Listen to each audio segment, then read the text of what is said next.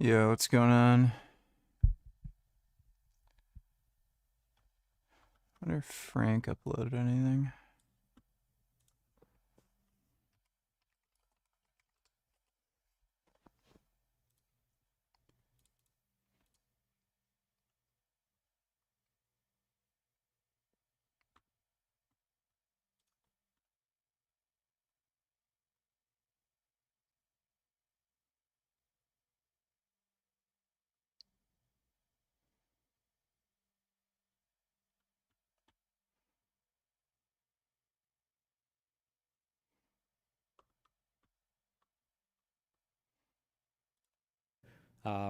Usually the word you'd be looking for here, if you were being more neutral, you'd just say, despite Israel's Iron Dome, Iranian missiles managed to crack through their defenses. In spite of that, they managed to do it. The little missile that could. We don't have enough information coming yet. Obviously, Israel also has deep censorship laws. I mean, even though they got hella smartphones out there and there's like literally Israeli chatters in here who can just... Israeli is the country with deep censorship laws in this conflict?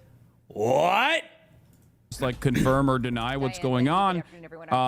But I think last time when this happened, the Israeli military immediately applied censorship and tried to stop the information from coming out, like confirming strike targets and whatnot. I don't even, what is he talking about? There's like literally, there's a big app, Redfar, I don't know what it's called. I'm doing good, Wandering Mason. New camera setup is dope, and love the workout mode of vlog. Well, thanks, dude. This is the only time in gaming history where a bootleg product was so popular that it forced a gaming giant to capitulate and say, okay, you win. Let's talk, let's negotiate. The Street Fighter series is no stranger to bootleg and unlicensed media solely made to capitalize on its success. This includes video games, which I've already done a video on, nightmarish toys, and comic books. And that's what we're here for today, to talk about one of the most illegal and insane Street Fighter products out there. We're talking a Street Fighter comic series that steals from Dragon Ball, Dragon Ball Z, Saint Seiya, Fist of the North Star, the Terminator, the X-Men, Ridley Scott's Alien, and there's even a dash of Berserk if I'm being honest. And it just wraps it all in one of the most lewd, gory, and ultra-violent takes on the series that I've ever seen. This absolute insanity overrun went on for a staggering 113 issues, and most of it without Capcom's consent. And in fact, the run would be so popular it even forced Capcom to capitulate. Nah, I didn't have time to watch the Street Fighter anime last night. Probably watch tomorrow. Don't have to train tomorrow. And negotiate with them. This is Jade Man's Street Fighter 2 comic series, which was published in Hong Kong under the name Street Overlords and ran from 1991 to 1993, making it the first Street Fighter 2 graphic novel series to have ever been published, official or not, beating out the official Street Fighter 2 manga by 2 years. And it was published by Jade Man, a prolific publisher of manhwa in Hong Kong, manhwa being the term used for China's take on comics and manga. This wasn't just a small-time publisher though, in fact, quite the opposite. Jade Man at one point controlled 80% of the comics market in Hong Kong, and all of it was founded and run by Wong Yuk Long, better known as Tony Wong. Tony Wong is often called the Stan Lee of Asia or the Disney of Asia, though I'm not really sure how those monikers got started, and knowing the man, I would not be surprised if he was the one who not so subtly introduced them. But in short, Tony Wong was a businessman, the founder of Jade Man Comics, and one of the company's best artists. The dude was as good at selling comic books as he was at selling his own image to the Hong Kong media and stock exchange, and he was a fan of both Western comics and Japanese manga and anime. It's kind of interesting too because at this time, Hong Kong was technically part of the British Empire, but it also had a strong connection with mainland China. I'm still not sure if I should title this video as the Chinese Street Fighter or the British Empire Street Fighter. We'll see what I pick. It's also interesting how even though the art style stayed relatively consistent throughout its run, it would occasionally have these panels drawn with a more realistic art style, which rarely had any action but instead focused on the character's expressions. What's funny though is how React to this. Iran's nuclear program is once again heating up tensions in the Middle East.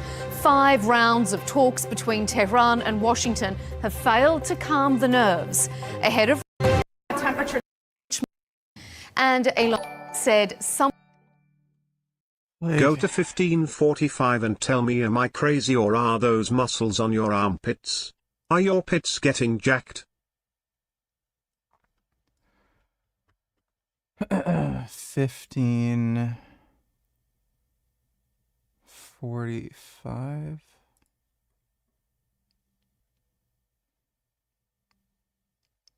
Me and my lat muscle? That is the latissimus dorsi.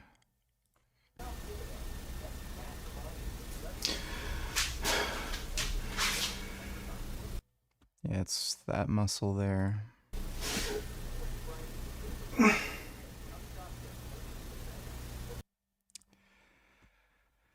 thanks for the donation. Less is more. Retard, like, is there any particular point to watching this? All she's gonna fucking say is Israel's a genocider, they're being aggressive, they attacked Iran for no reason. And, what's the other one? Oh yeah, they're escalating the conflict and they're gonna start a world war and they're gonna drag the US into it. And then I know this guy for sure, I don't know who the fuck she is.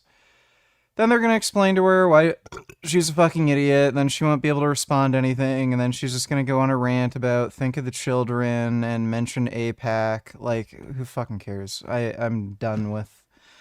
I am not interested in responding to any dumb retard lefty commentary on anything because I know it's fucking stupid. I've heard it all before. It goes absolutely fucking nowhere, and it's only frustrating. It just makes me fucking not want to stream, not want to react to shit, and it's fucking exhausting. I'm just fucking done. Thanks for the donation, though, retard. their facial features differed greatly from one style to the other, to the point where they would sometimes look like 2 different people. Hell, sometimes this would even happen on the same page. But I think it's time I stop talking about it and instead show you the first few plot points just so you have an idea of how insane this is.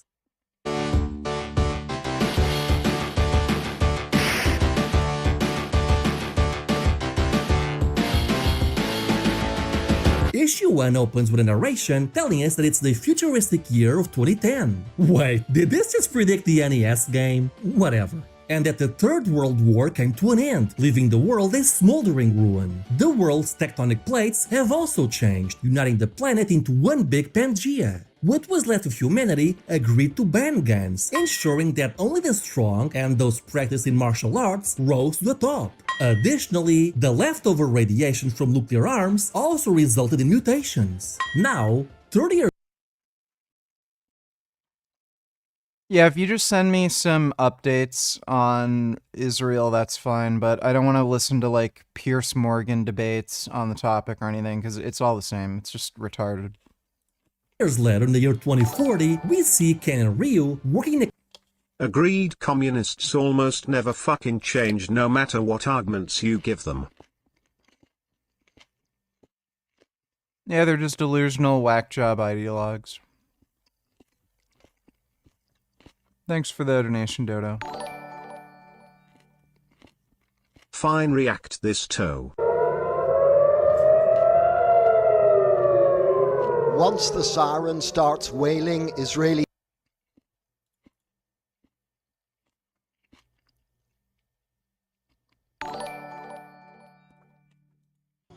Coach Greg weighs in on Ashton Hall versus Sisho Speed. Yeah, I was planning on reacting to that tonight. It's pretty funny. Thanks for the donation, nigga. These have about 13 minutes to get into a shelter because that's the amount of time it takes for an Iranian ballistic missile to reach this country. This evening we watched as Iran fired its most potent weapons at the prime target that is downtown Tel Aviv.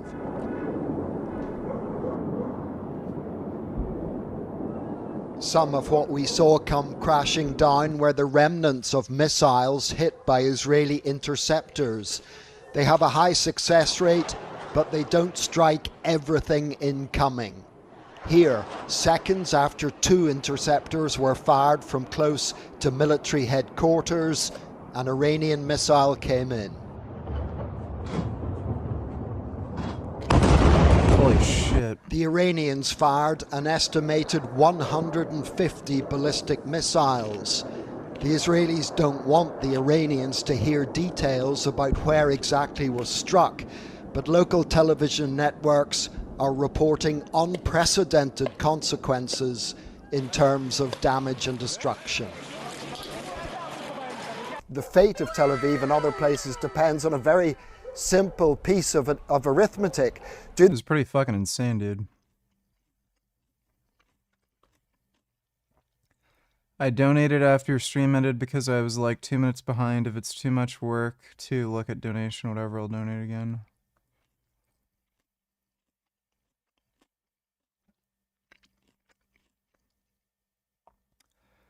Swaymaxing day 3, best video yet by far. Finally kind figured this out.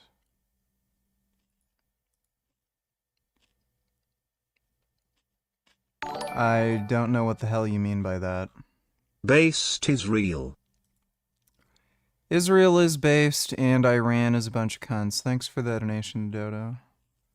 Yeah, I have no idea what the fuck you mean by that, like what you meant by that message, but thanks for the donation, Sky. The Iranians have enough ballistic missiles to overwhelm the Israeli defensive shield. We're going to find that out, I think, over the next 72 hours or so. Today began with Israel's most comprehensive attack ever on important places and people in Iran. And while darkness provided cover initially, the IDF were brazen enough to continue the assault in broad daylight.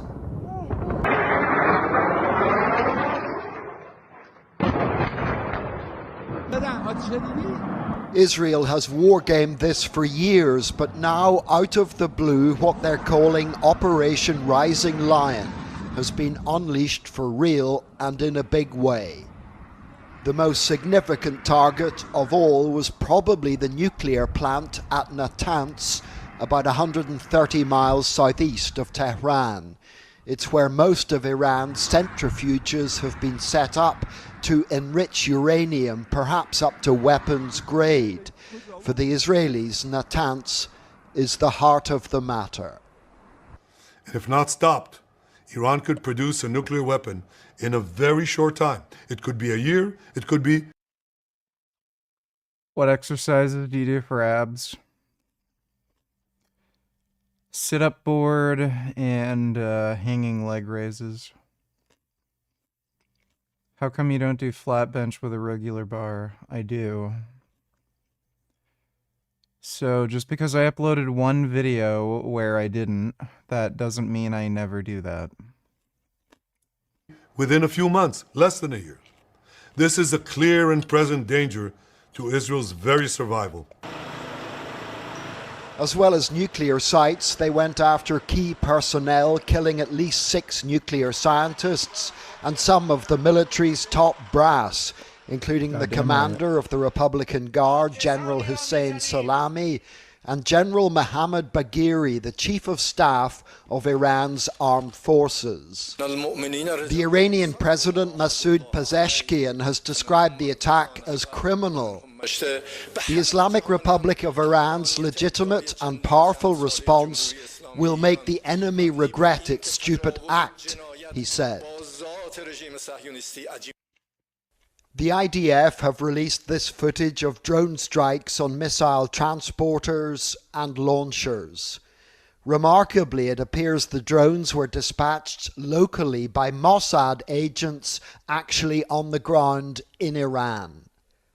For their part, the Americans say they were not involved in any of this, although President Trump has already warned Iran there may be more to come.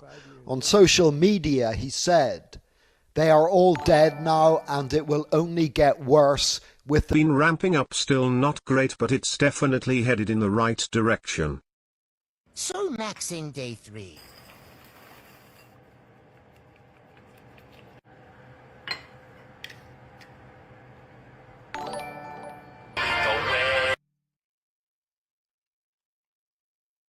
Charlie Kirk donating $2. This war wouldn't have happened if Donald Trump were president. Yeah. Yeah. Thanks for the donation, Charlie.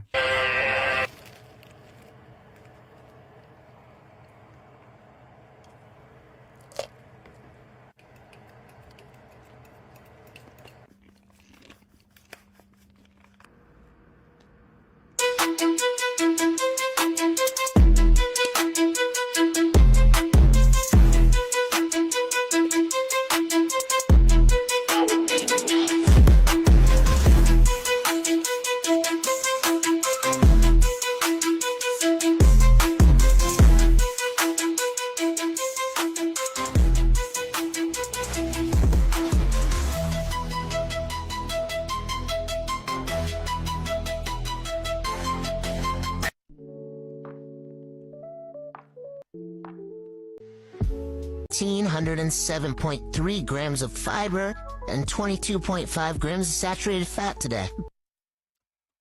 Alright, well, good shit, dude. How to run with one testicle. Don't be gross. Don't get skin cancer. Bad thing to do drugs, so don't be bad. Let's eat that shit.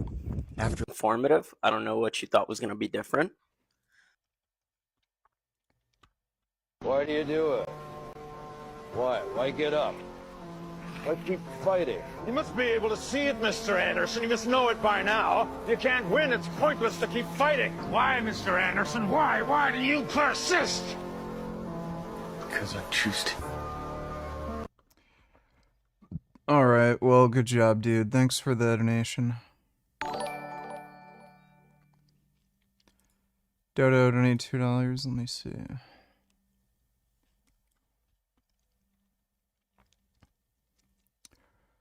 Iran does not pose any credible threat to the United States. We do not need to get involved in yet another war in the Middle East for reasons that... Yeah, alright. Oh my god, dude.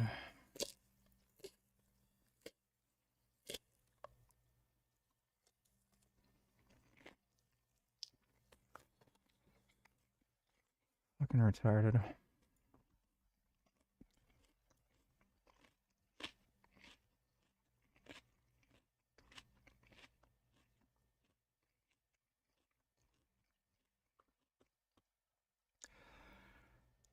They're saying this when Iran was developing nuclear weapons. Like, what the fuck?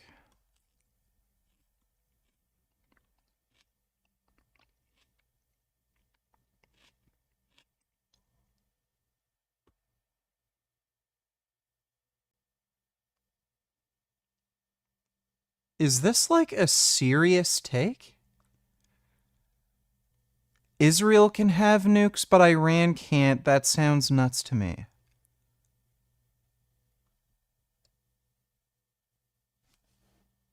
The United States has nukes. Why can't Nazi Germany have nukes? That's unfair. Nazi Germany, under the leadership of Hitler, they should have been allowed to have nukes. Like, what kind of psychotic, retarded shit is this?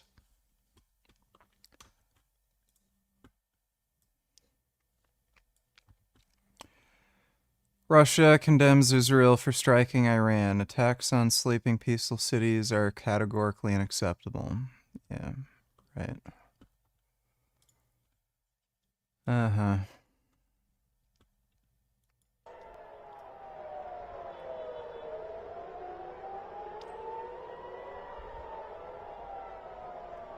Wow.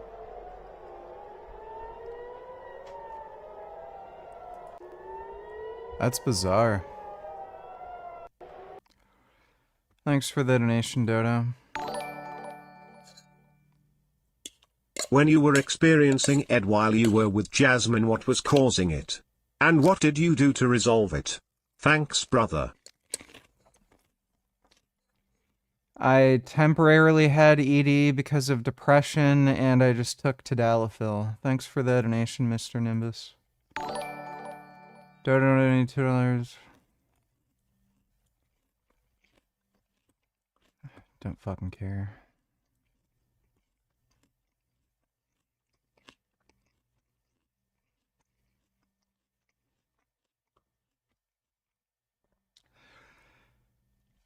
They literally bombed Iran to kill the scientists.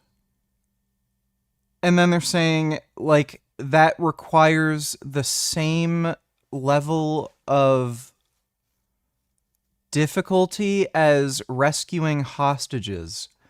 Like, has Israel created a hostage rescuing bomb? Show me what bomb Israel's created that saves hostages. Oh my, just don't send me this. Why is he still trying to make a deal with them with Israel's describing them as a saboteur?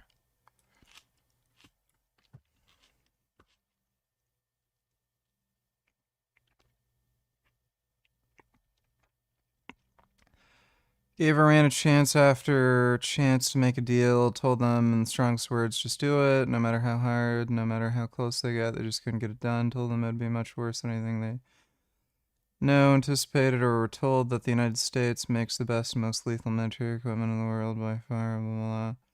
Certain Iran hardliners spoke bravely, but they didn't know what was about to happen. They're all dead now, only get worse. There's already been a great death in Australia.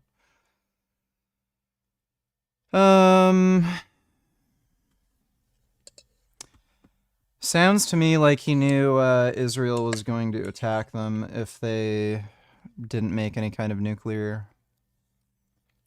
agreement. Thanks for the donation, Dodo. Dodo donators went down the hall to ask Trump's Secretary Noam why all the escalation in Los Angeles, and they arrest him.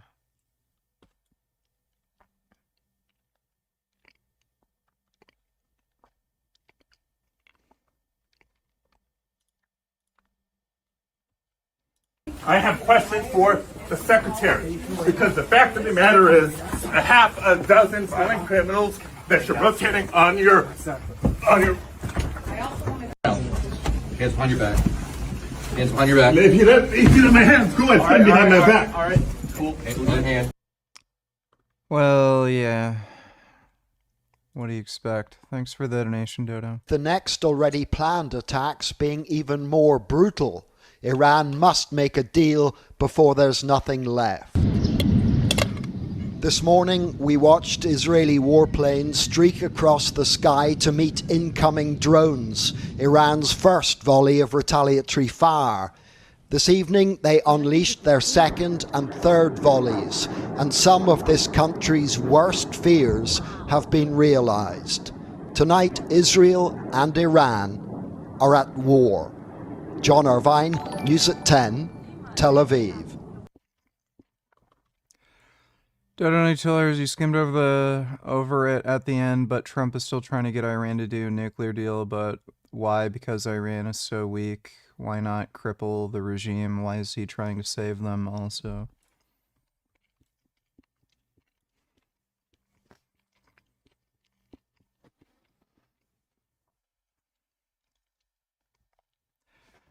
There's no point in negotiating with Iran.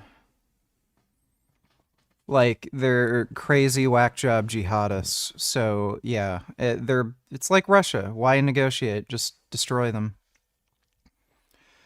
Mossad established a drone base in the heart of Iran. Part of the attack was carried out by drones. Interesting. Found out Togi used to be a Little League Baseball star, lol.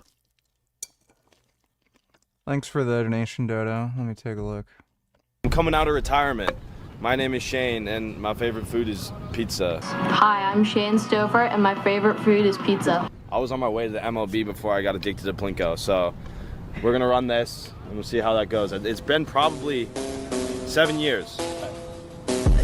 Oh, dang your face! God, did you see that? That was deep, actually. That was pretty lit. I'm not gonna lie, that was dope, dude. What do they know? That was right down the pipe.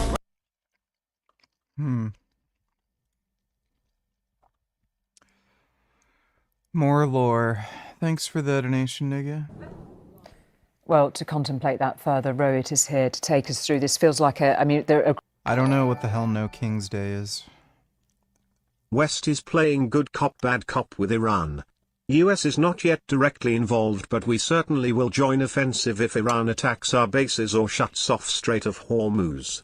Iran can cut its losses and submit or martyr themselves and get regime changed.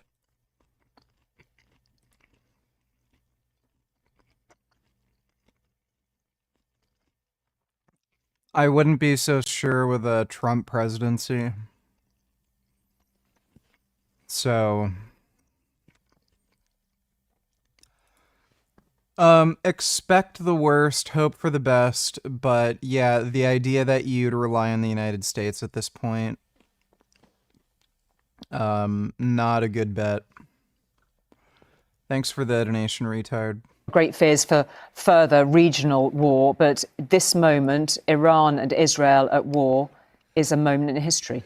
Yeah, that's right. And I mean, we often sit here discussing escalation and brinkmanship, but let's be clear, this is now a direct conflict between Iran and Israel. This is not an operation. This is not a strike. This is a sustained campaign. And Netanyahu made that pretty clear tonight, that he felt that this was indeed a war. Multiple red lines have been crossed.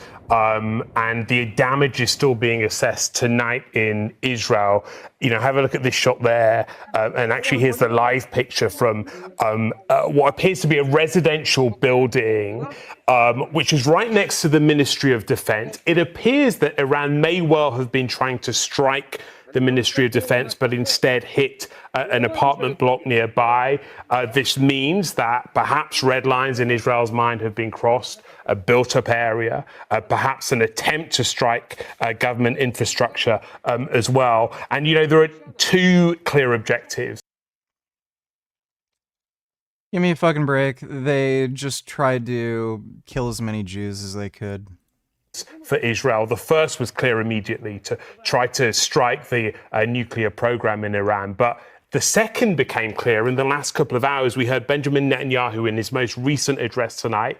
He was making it pretty clear, inviting the people of Iran to overthrow the government there, to overthrow the regime. And so the intentions of the Israeli government in this operation are clear. What is less clear is where this all ends. Indeed. And I suppose, given the escalation that we have witnessed just in the last 24 hours, very many people will be wondering what brought us to this particular point today, now, and indeed looking ahead to where it goes next. But why was this the moment? Well, according to the Israelis, it was because of their suspicion that Iran was perilously close to getting a nuclear weapon.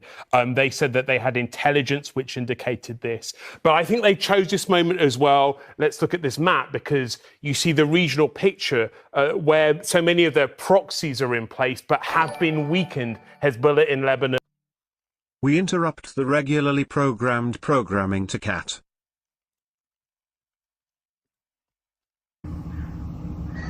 Oh, God damn it. Yeah, there we go.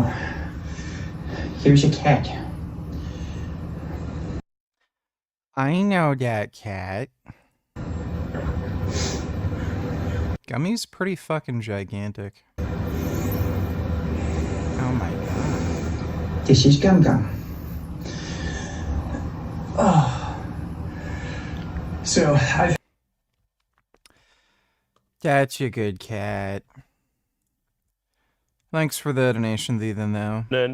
In Gaza, Hamas as well, the Houthis in Yemen, and zoom in and we see the picture here in Iran where so many of those sites were struck overnight. Almost certainly now, though, in the next few hours, we expect to see further strikes inside Iran.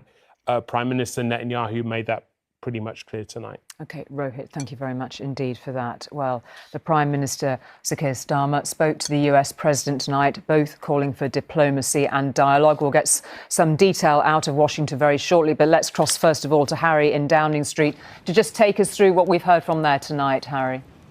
Well, the Prime Minister, Keir Starmer, has spent the day phoning world leaders, including President Trump. And what we're told keeps coming up in those conversations from the Prime Minister is him urging the need for de-escalation. It doesn't appear those calls have had much impact so far. There is very real concern in government about the very real risk of further instability in the wider Middle East. Keir Starmer did speak to the Israeli Prime Minister Benjamin Netanyahu earlier this afternoon. He said that Israel had the right to defend itself, but talked about the need for a diplomatic solution. But look, relations between the UK and Israel have deteriorated quite significantly in recent weeks because of the situation in Gaza. And unlike President Trump, the UK government, it's fair to say, didn't get any heads up from Israel that it was planning those airstrikes last night. The Trump administration was given advance warning. Now, the Foreign Secretary was due to travel to Washington today for a meeting with his counterpart over there. That meeting was cancelled so that David Lammy could coordinate the response of the Foreign Office here. This is a moment of grave peril in the Middle East, and we are urging restraint and de-escalation. Now, the Prime Minister and the Foreign Secretary heading to Canada this weekend for face-to-face meetings with G7 leaders, including President Trump. And I think it's fair to say that the situation in the Middle East will now be top of the agenda there. OK, Harry, thank you very much indeed for that. Well, let's get some more international reaction. Just nuke Iran, China, and Russia. Get it over with. We don't need them. Just get it over with. We'll be better off. We'll speak in a moment to John in Tel Aviv and Emma in Istanbul. First, though, let's go to Stacey in Washington. It's been very interesting watching the president today, Stacey, and quite remarkable that we haven't heard perhaps more from him. What is he likely to do next? Well, look, Donald Trump... Okay, blah, blah, blah. Go! Kirk! Kirk! Kirk! I'm out, boy! Kirk! Ashton Hall's race routine. It's going to be 11 a.m. You start, and 11:05 your career is over. This whole thing with Ashton Hall was embarrassing. Like, not only did he lose, but he was a really sore loser. Race of the century, it just went down, and I Show Speed just ended Ashton Hall's career.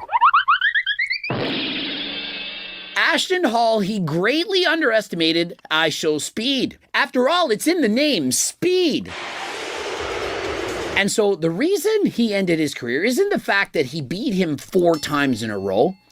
It's the way Ashton Hall pressured him, spoke cockily, saying he was going to dust him, and that he couldn't accept defeat graciously. He kept making excuses. I'm going to show the evidence, and you're going to see. And I Show Speed, being a gracious man, allowing them race him over and over and over again, like that Weird Al song. And over and over and over. And so if you thought that Donovan Bailey against Michael Johnson was the race of the century, or perhaps it was Usain Bolt racing anyone, no, that paled in comparison to this. Hey, if you duck, your name gonna be turning Chicken Hall, bro. Come on, Listen, bro. this is not going to be a good look for you, brother. I'm trying to put you on game. He actually thought he was going to beat him. Ashton Hall, had he have actually won this, his stock would have been through the roof. But because of this loss and the way he went about losing... You could tell I Show Speed hates Ashton Hall. Like, genuinely hates him. I think he's pissed off at Ashton for, like, ripping people off. Fake Natty.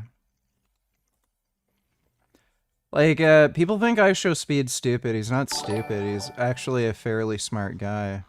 Your predictions have been confirmed. VG people like the Young Turks are defending the Iran strikes. Netanyahu's gonna go, ha ha ha! Checkmate, America!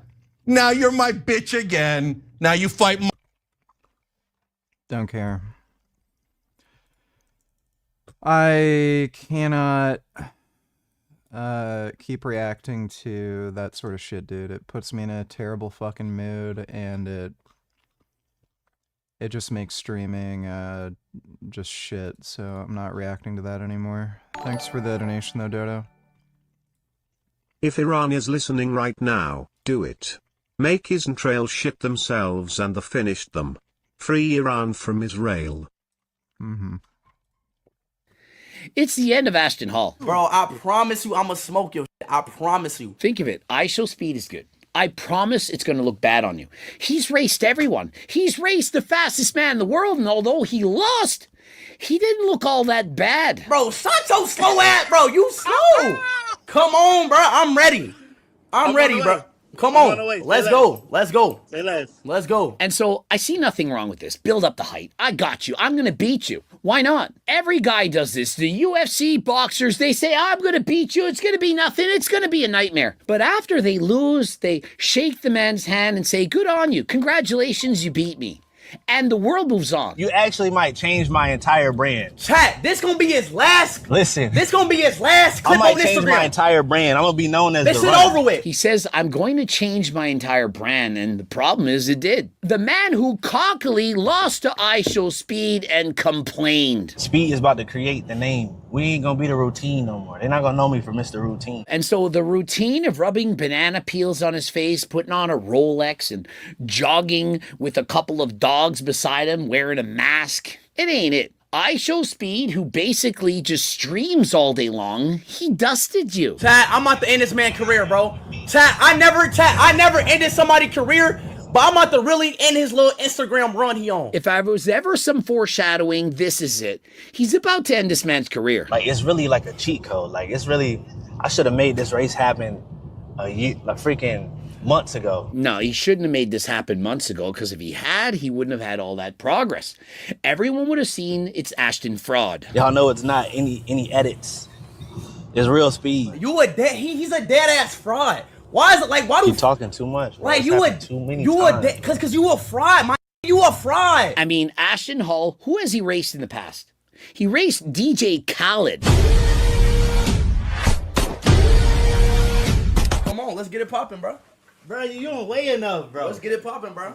You don't weigh enough. Let's get it popping, bro. Hey, do muscles just for show, bro. You don't weigh enough. Do muscles just for show, bro. Ashton Hall, who I say is not natty, I do believe he's on performance-enhancing drugs, upon seeing I Show Speed, looks him head to toe. You don't weigh enough. Do Y'all muscles just asked for the show. race, I made it happen. All the muscles just for show. You about to get your shit dusted, bro. Perhaps in his university days, when he was a little bit smaller, not carrying all that muscle, he could run a little bit faster, but the riches, the millions of dollars, the fancy lifestyle, it's gotten to his head. What you in the race? We could do 60-50. It don't matter, bro. We could do 50. Let's go 60. Let's go 60. I'll give you time. We could do 60. I Show Speed says you pick the race. 40 meters, 50 meters, 60 meters, I don't care. Doesn't need to warm up. He'll beat him at anything. Do you want to wear shoes? No shoes. Let's run barefoot. Let's run in the grass. Let's run on pavement. I Show Speed giving him every opportunity to win. It's cute. You about to lose, God. It's cute. Hey, this is it for you, bro. Bro, this is it for you. This is it I for you. told you to back out. This is it for you. It's cute. It's cute. It's the end of you. Made him eat his words. Ashton Hall is the one who called out I Show Speed. And I was thinking, these guys, they need to race. So happy they were able to make this happen and very pleased at the results. I'm gonna walk away. You should never did it to yourself, bro. I'm gonna walk away. You should never did it to yourself. You don't get it. And where is the drug testing? I've done natty or nots on both of these individuals, and I do believe I Show Speed 100% natural. And in comparison, Does anyone believe Ashton's actually natty?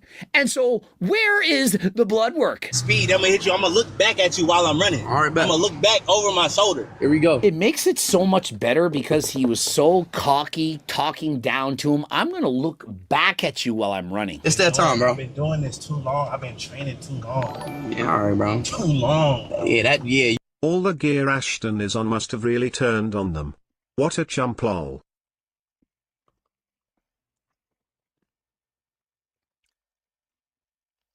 I see it all the time. Especially when dudes are on nandrolones, they get really delusional. I had a couple training partners that were taking tren or nandrolone. Made them like fucking crazy. I've had friends here and there who've been on tren or nandrolone. They went like a little weird when they're on it. So it wouldn't surprise me if this guy is just a bit delusional because of the drugs he's on. Thanks for the donation, though, Grey Knight. You've been training the wrong. I'm gonna give you time. I've been training too long, you got no chance. And so, I mean, is this not proof in the pudding? Are we all hiring Ashton Hall for coaching, for training? Hey, I've been doing this for too long. You cannot beat me. I'm going to embarrass me. It's not too late to back out. Yeah, it's not too late to pull out and come all over his stomach. What did he say? Go! Turk! Turk! Turk! I'm out, boy. Turk! I mean, he literally says we about to rebrand, and in about Uh-oh, retard alert, retard alert. War with Iran will be expensive for the USA. Yeah, I think that's why the America's military budget is about $1 trillion per year now. So I think they're good. Going to war with Iran, which would literally be over in a single day, wouldn't really be all that much for the US. Israel should have waited for a diplomatic solution. Right, a diplomatic solution with a radical Islamic jihadist state that is only really concerned with maintaining their oligarchy and destroying Israel. Right. It's not like Iran has been deliberately delaying any nuclear deal with the US for the longest fucking time now. Just wait for a diplomatic solution while they develop nuclear weapons. I'm sure they'll agree to not develop nuclear weapons once they develop their nuclear weapons. You know, that sort of strategy probably would have prevented World War II, right? When Hitler was invading Poland, they could have just looked for a diplomatic solution. Just asked him really, really nice, could you not do that? Could you not do that, please? You're a fucking retard. Get the fuck out of my chat with your stupid political commentary, dumb fuck. 3 seconds of running, Ashton Hall ends up on his face. Turk! Turk! I'm out, boy. Turk! As he's running, he's yelling out, he's slow as Turk. Now, unfortunately, Ashton Hall doesn't take the T-Plug stack. I mean, is it not obvious?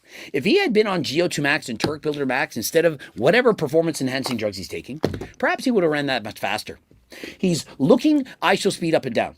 You ain't got no muscle. That's all you weigh. You're tiny. Perhaps if he was a little bit smaller with functional muscle, taking the supplements from HDLT supplements, and perhaps if he were blue... Fucking Turk. Oh, I hate turkesterone so much. To at least almost keep up with ISO speed? Is it too late to say that he embarrassed himself? And what do I think? I think he fell on purpose. He didn't want to lose by that much, and so, oh, I slipped. I fell. Let's have a do-over. Let's get it. You with a pothole? Yeah. Okay, no more excuses. You see I fell. Really? You were losing so bad that you faked the fall and then said, oh, we need to race again. I fell. Even if you hadn't slipped, you were so far back, even I could have finished in first place, all over your friggin' stomach. I mean, honestly, there's more chance that Hussein Farhat is a fake natty than Ashton Hall could have won this competition. Chances, 1 in a million. You slow! You a fraud! He a fraud! You are a fraud! Ashton Hall, astaghfirullah. You need to ask for forgiveness. This was a bad look. I mean, is he not religious? Bro, you're religious. You're like a Christian man. Aren't you supposed to be somewhat humble? He's too slow. Run it back. He a fraud. I hit a pothole, man. Let's get it. You a fraud, bro. And so he wants to run it back. He hit a pothole and, oh, let's not get any rest. He's trying to run against ISO speed when he's tired. Bro, accept the loss. Take the L. Congratulate him. Say, Spoiler alert: back in Nazi Germany they did try to prevent World War II by giving Hitler what he wanted, and he responded by bombing more Jews. Yeah.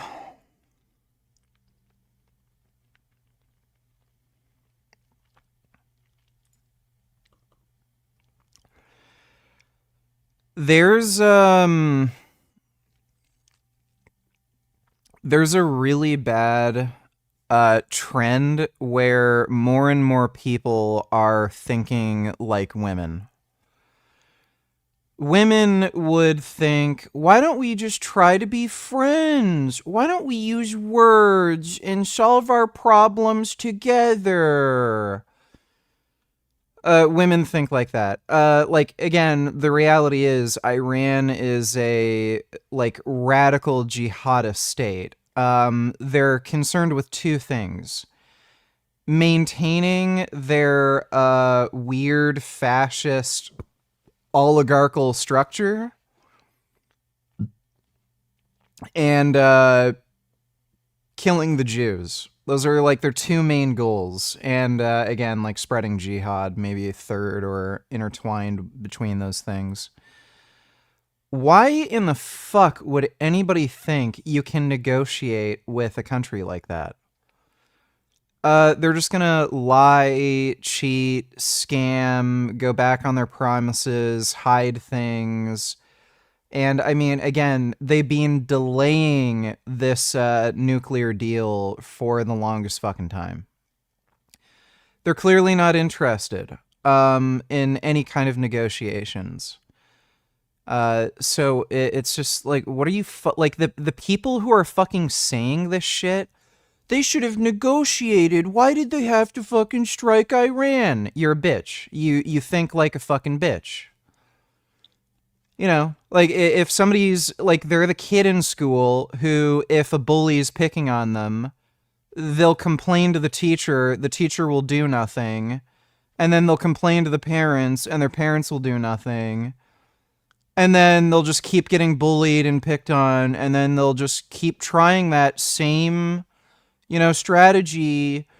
I'm gonna tell on you. Like, they're just fucking pussies. Think like a bitch.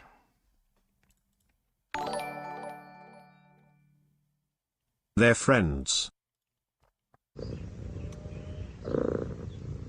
Oh my goodness, they are friends. Oh my god. Oh, Jesus Christ. That lamb is friends with the cat. Oh, they're really good friends. Oh, Jesus Christ. Oh my god, they're good friends. Oh my god, I don't think I've ever seen such good friends before. Oh, those are good friends. Oh my god, the two of them are friends. Oh, those are best friends. Oh, they're really good friends. Oh, Jesus Christ. Oh my god, they cuddle together. Well, thanks for the donation, ABC. You donate $2 low roid rage.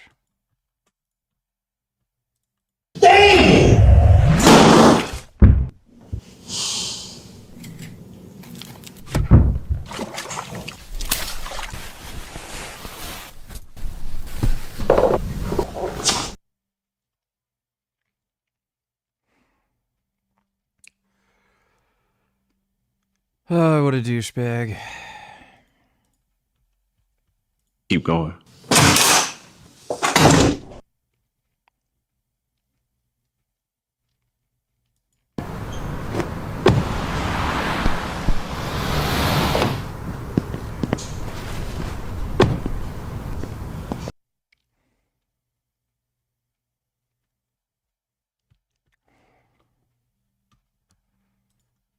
Rolling my eyes. Thanks for the donation, you. Bro, I never knew you were that fast. This is amazing. I really underestimated you. Congratulations. And his stock would have ridden. Okay, no more excuses. You see I fell. You was dusted already. I wasn't dusted. You was. You know what, I hate to say it, but for once the Conservatives were right about something. We need to bring back manhood. Yeah, we definitely do. Thanks for the donation, Dodo. Was already dusted. Come on, let's go again. He was literally looking back. Fair point. What's the ultimate solution then? Keep fucking bombing them and killing them until they shut the fuck up. And what do you mean, should Israel continue fighting jihadist states indefinitely? Well, the point is to win, right? So if they can have military victories over hostile enemies, then yeah, take the military victories. Saying, you're so turking slow. And then you fell. It's embarrassing. Hey, this is my last one. I'm going to expose him again, chat. I didn't even run full speed. This is my last one. I'm going to expose him again. This is simple. He knows he's faster than him, and so why not race again? Why not? Set, go! He nervous. You see how he going early? He nervous. I got him nervous. I got him nervous. And so in race number 2, a false start, he's like, ready, get set, and the Ashton's already off. I show speed, he hasn't even flinched. He's thinking, bro, it hasn't said go yet. Ready, set, go! It's too slow. Too slow. It's too slow. Too slow. Too slow. And so again, even though he leaves a little bit later, because if you remember, he's not trying to jump the gun, he still passes him, beats him. It's over. 2 in a row. You're a fraud, man. Thank you. If you really do it, 3. You're a fraud. We can put that. We can put. What's your recipe for making the barbecue tofu in your latest vlog? Also, how do you get the tofu so crispy? When I try to make tofu like that, it takes a million years in the pan for it to get crispy. I put oil in the pan. Then I put tofu in the pan. Then I wait for the tofu to brown and cook through. And then I turn the heat down to low, and then I put the sauce on. And let the sauce cook into the tofu and don't let it burn. And then you eat it. It's pretty simple. But thanks for the donation, Mango. Hope that helps. Run it again. If you're real, you'll do it. I mean, he's already won 2 times in a row. The first one I slipped. Second one, you barely beat me. Let's run it again. Do I gotta beat you 3 times? Come on, let's go. How embarrassing is this? And so is this Ashton Hall's strategy? I'm going to race him as many times as possible until I eventually beat him. I'm going to tire him out. Let's change this into running a mile. He's mad. You can see it in him. Give them what they want. No, it's what you want. They don't want it again. They've already seen you lose. You lost, dog. Beat me twice. You lost. Beat me twice. I just beat you twice. Bro, the first one I slipped, bro. You lost, bro. See, this is where I lose respect for Ashton. If he just said, hey, you're the better man, you're faster than me, I misjudged you. But to cry like a baby, essentially, oh, I need 3 tries, you're only 20. It's pathetic. You was burnt the first one. It don't matter if you slipped or not. I slipped. You was burnt. You low. You not faster than me, bro. I slipped. Just take your L. I mean, imagine this at the Olympics. Oh, you barely won. You ran 9.8. I ran 9.79. Run it again. I slipped on the first try. We got to run again. Bro is already ahead. Okay, let's run it again. Imagine the Olympics. They do it again. Wins again. Oh, but it was close. Maybe if we run it another time and you screw up, and maybe if I jump the gun, maybe I'll beat you this time. I knew you wasn't faster than me. I wouldn't race again. Let's get it. And so he says, no, if I knew you were faster than me, then I wouldn't want to run again. So he still in his mind thinks he's better than him. The only things Ashton Hall can run away from is integrity, his dignity, and Pressing tofu is a waste of time. Doesn't do anything. Greg Doucetti asking him for his freaking blood work. Let's do it on a flat surface. That is a flat surface, bro. Let's do it on a flat surface. What flat surface? Just right on the road. Last one, we get out of here. Let's do it on a flat surface. Like, yeah, oh yeah, they were running uphill. It's a freaking soccer field here. It's a flat surface. And even if it wasn't, it's fair. You're both running on the same freaking surface. If you don't like it, you switch sides. Really? I don't train on the grass. I'm tripping. Ryan, chill. He's making every excuse in the world, bro. You think I Show Speed trains in the grass? Oh, in secret, he's been training for months on grass to dust Aston Hall. Ready, set, go! Did you see him cheat? I pressed pause because Ashton Hall left before him. You can slow the camera, perhaps editors can slow it down. He cheated. He left early. If he's gonna cheat to win a friggin' running race on the grass in the pavement, barefoot, what would he be willing to cheat in order to make more money?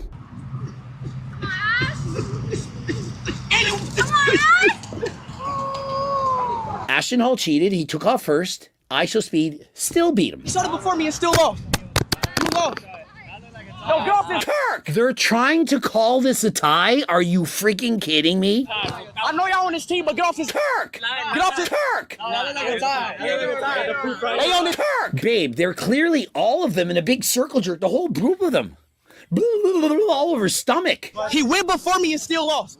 Get off his Turk! On this team, get off his Turk! Guys, Ashton Hall is not going to sleep with you. Well, he hasn't had sex in, well, probably if ever. I think he's a virgin. I don't know for sure, but he hasn't dated anyone in over 10 years. And so he's not going to sleep with you by saying, oh, it's a tie. Stop and get off of his Turk. Look closely. He went before me. Look.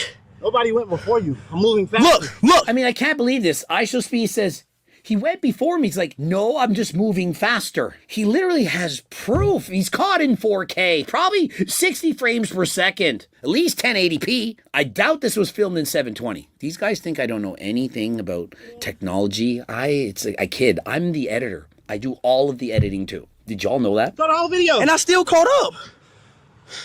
I'm ahead of you. No, you didn't. I'm ahead of you. What the heck? Talking about? This is reminiscent to all the battles I have with other people when I actually have every single mic drop and then they say, no, that person won. And they ignore everything I said. You didn't even respond to him. It's like I have 4 videos completely answering everything, and every part of it, they just continue to go, no, you didn't say this. They invent things that you said to try to prove it. He literally has video evidence that he won. No, it was a tie. This is how difficult it is to actually win on YouTube. And so you don't win. You just post, and if you get views and people buy your turkesterone, then you win at the time. There's no tie, bro. You're on the left side. Run it back. You lost, it's a tie. You lost, bro. Run it back then. You're done. Run it back. Imagine how annoyed I Show Speed is. He's like, I've beaten you 3 times in a row. Like, how many times do I have to beat you? Like, this is annoying. It's embarrassing. He's like, oh, well, if you're faster than me, what do you have to lose? Well, I don't know. He might step on a rock. He might sprain his ankle. He might tear his Achilles. He might pull a hamstring. He has a lot to lose. He's already won 3 times in a row. He's tired. He wants to go home. Ashton really tried manipulating everyone at the 3rd race by showing a screenshot where he's leading at the beginning of the race while acting like it's the end. That's the beginning, you dumb fuck. That's the beginning. That is the beginning. As if he's going to trick the audience into thinking that he somehow beat them. And so I figured it out. It's got to be this. Ashton Hall wants to play the villain. He wants everyone to hate him. How else can you explain it? I mean, is he really this big of a baby? Is he really going to cheat to this extent? To pretend he's winning when he's not? He's going to keep... Lily, what are you doing? As I keep beating, he's going to keep making up excuses. If you were faster, I wouldn't want to race again. If he was faster, he wouldn't want to race again. That doesn't make sense, no. If Ashton Hall had won the first 3 races, do you think he'd be wanting to race him again? If Ashton Hall had beat him on the race number 1, do you think he'd be like, oh yeah, let's have a do-over. Let's make it 2 out of 3. No, 3 out of 5. He wants to keep racing him until he can beat him. And perhaps he gets tired, pulls a muscle, and if by fluke, 1 in a million, he happens to beat him, well, I'm the champion. Yeah. Let's work. Let's go. Come on. Shoes on. I mean, what's next? It doesn't count because morning it was past my... For Pete's sake. Set, go! Bye. Clear. Like, if you couldn't beat him the first 3 times, I don't know what the hell is going to change. The most dominant victory of the entire series, And so what now? You're done. 4-0. Yeah, tell me pick up my water, because I don't litter. I'm out this bitch. Where my shoes at? That one. Bye, Ashton. I Show Speed goes and picks up the Saratoga water. 79! Go home, bro. Go home, chat. I know, it is his bedtime. It's like 6 in the morning. It's time for bed. It's time for a nap. Ashton Hall, he can't do anything unless somebody puts his wash on for him. How long did it take you to get good at editing? Takes me hours to edit a 15-minute video. Never found it particularly difficult. I know dumbasses will use some shitty editing program that like is pre-installed with like Mac or Windows. I use Adobe Premiere. If you're using a really shitty video editor, it's going to be more difficult because the tools are garbage. What size are you in clothes? I'm usually like 2XL, I think. Yeah, I think my mom just bought me some 2XL shirts and they fit fine. Somebody dresses him. He doesn't wear shoes. He wears socks in the freaking washroom. He wears socks in the bathtub. Like, bro. He's being an average person, but he's not, like, I wouldn't say he's slow. He's not slow. Like, he's being an average person. Like, he's beating you. I love it. And so, gonna give him some praise here. He's beating an average person. Like, he's not slow. Like, if there's an average person out there, like, he'll beat them. Like, people that don't train and are slow to average speed, he'll beat them, but he can't actually run fast for people who can run. Ashton's confidence is the funniest thing. Bro was begging on stream and still fails. Ashton Hall race routine. This is great. His newest video is going to be Ashton Hall's race routine. It's going to be 11 a.m. You start, and 11:05 your career is over. And so... Yeah, what a dumb baby.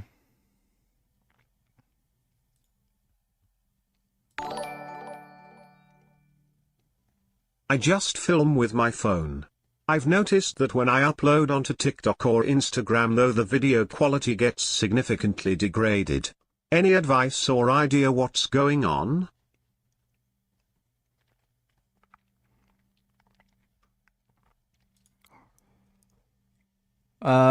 If you're editing on your phone, it might have something to do with your phone, but I don't know what the compression is like on TikTok or Instagram. I mean,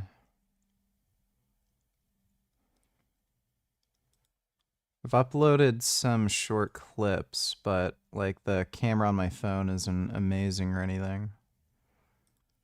So I haven't noticed Instagram massively reducing quality. But if you're using your phone as an editor, that might have something to do with it. I have no clue, though. Thanks for the donation, though, Sky. You could just like chew it up and spit it out like I did. And so apparently the Trend twins, they spit, they don't swallow. What did he say?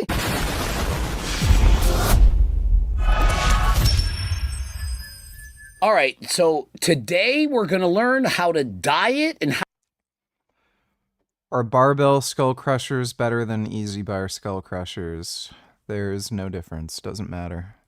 How to go grocery shopping with none other than the Trend twins, because I'm certain that they're experts. They're down to just protein powder, and so they're not very proactive with their shopping. But hey, they got amazing protein powder. Go and buy it. Go and support the Trend twins because they can't monetize their videos, and they wonder why. It says the title's Grocery Haul Tutorial Just Steal. I'm not going to recommend that you go steal things. That could cause demonetization. Remember, we never encourage you to ever break the law. That includes not using performance-enhancing drugs, namely Trend. But yeah, we're going to show you guys some diet hacks in the grocery store. How to get high-volume foods to keep you full when you're only eating 1,800 calories like me. How are they eating 1,800 calories a day? They're about, what, 220 pounds of muscle, perhaps 12 to 14% body fat? How are they only eating 1,800 calories? All right, I eat chicken and rice every meal. I try and do these stupid ass hacks. I can guarantee you they're eating more than that. There's no fucking chance. Thoughts? Let me take a look.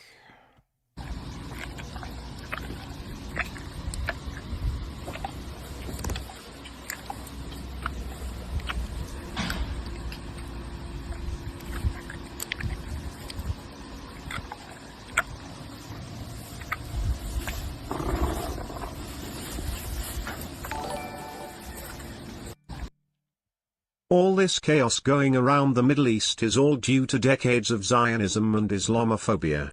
It's all Israel's fault. Anything that happens to the illegal apartheid settlement, they brought it upon themselves. Don't care. Looks like that orangutan liked the popcorn. Second link you gave me is broken.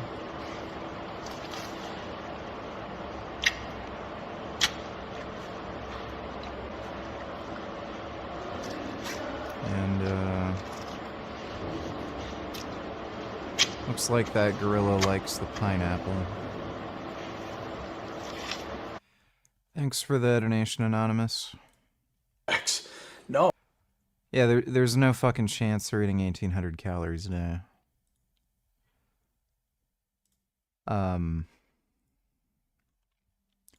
They're on fucking gear, too. No chance. I still want crumble cookie. All right. That's why you just blast retatrutide. And so apparently you don't have to do any of these diet hacks. You can just inject a GLP-1. You got your retatrutide, your trizipatide, your GLP-1, Ozempic, wasabi, whatever. Isn't it wasabi? Wasn't wasabi like one of those words of the two twos? And so twos, my wordski Krolski, you can just inject the retatrutide and not watch the video. And so if you aren't injecting a GLP, you could also use this GLP. It's oral. It's not going to be as potent as retatrutide, but it's going to help. And we also know you can get my freaking cook.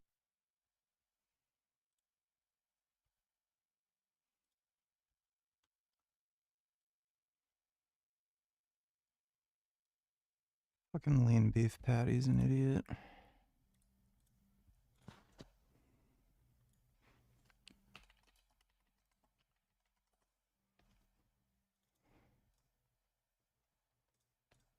Cookbook. The Trent twins, they have my cookbook. I don't know why they don't just follow the freaking cookbook. Your diet hack needs to be disciplined and stop being complaining about how hungry you are. You can't have sweets. You can have sweets, just make them lower in calories. Remove some of the fat, put a sweetener instead of the sugar. It's not that complicated. Okay, what other diet hacks you want to show them? You want to show them how you Steroids are legal in Canada. You can order them online. There's a few websites in Canada that ship them directly to you. get the fiber bread? You could just like chew shit up and spit it out like I did. Did he just admit to chewing food and spitting it out? And so apparently the Trend twins, they spit, they don't swallow. What did he say? That sounds absolutely fucking retarded. That's like what fucking bulimic and anorexic women do. I like being covered up. By way of kind of staying covered, I like that it kind of makes the workout build up to something at the end. Like it's UK now Trump looks like an orangutan. Unfortunately, unlike one, he is not a critically endangered species.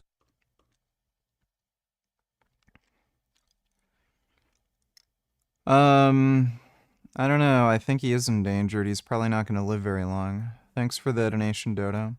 check it out. You know, it's more of an abrupt change. I think that's probably why I like it so much. I like being. The title of the video, the Trend twins, they don't swallow. And it doesn't end up on their stomach. Apparently it ends up in the garbage can. And so what a waste of protein. I was getting headaches after I chew something up. And YouTube short from Myron. What's so bad with fascism? I do think that. Don't care. Thanks for the donation, dude. spit it out, and I'm like, what the heck is going on? And so, Chris, what I would recommend is you get the throat coat, because apparently that helps a lot for the throat goats out of the world. Chewing and spitting and swallowing, you can't decide. At least get some throat coat. Honestly, yeah, the only thing you can do is track your calories and stop being a pussy. And so if they're saying to stop being a pussy, why are they standing between a sign that says pussies? How about every time you get hungry, You go and hit that treadmill, huh? Or whenever you get hungry, you eat something. A s'mores protein bar, a Kaiko bar, or perhaps... Yeah, Greg, the point is you're dieting. So I don't know why you'd eat a candy bar that just has protein added to it if you're dieting. some of that farrow protein powder. That makes sense. Vegetables, fruits, low-calorie dense foods... No gum gum. No gum gum. No gum gum. No gum gum. Cottage cheese, Greek yogurt. Why not have an apple? Cottage cheese and Greek yogurt is the most disgusting, fucking nasty dog shit food you can possibly fucking eat. I remember way back in the day when I got into bodybuilding, a lot of people recommended cottage cheese and Greek yogurt, and it's just so fucking nasty. Like, no one... By the way, no fucking pro bodybuilders eat that shit. I don't know why there were so many, like, muscle magazines and shit that recommended cottage cheese and Greek yogurt. Look at all the bodybuilders during, like, their Olympia prep, even in their off-season. None of them eat that. Like, where the fuck did that idea come from to eat Greek yogurt and cottage cheese? It's just fucking weird. It's nasty fucking dog shit. And as far as courting goes, why not court a banana? Make it your friend. That's what we're gonna do, cardio, walking around the grocery store. I'm not Instacarting shit today. I'm not buying meal prep. Now, if you want to do more cardio when you're not hungry, then that to me makes a lot of sense. The more cardio you do, the more calories you're going to burn. And so it makes it significantly easier to stay on your diet and to stay at a healthy weight. Why'd we get rid of the TRX? TRX, there's a gas guzzler. And so the Trend Twins, they're mocking themselves. They have little T-Rex arms. This is why they can bench press so much. Many people, they've called me the T-Rex. And remember, I'm the same height as the Trend Twins. And my arms aren't actually that short. My wingspan, it's actually wider than my height. But hey, let's continue on. You got a package. And so I'm happy to see that Trend Twins received my 50 keys of Turk. It's smuggled it across the border. Send it straight to the Trend Twins. Remember, we were supposed to meet up and train, but he had a concussion, but I was still able to deliver him the 50 keys of Turk. And so if you're interested in Turk Builder Max, we got it in stock. Here we go with a fucking Turk Builder. Just random vids. Donate Chillers. Happy Friday the 13th. Oh my god. What is this? Oh my goodness, that is a cat.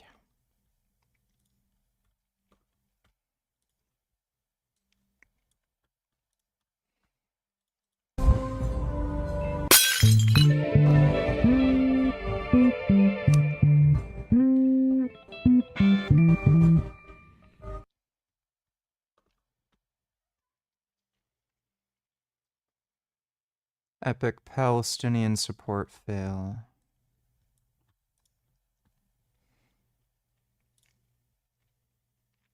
Yeah.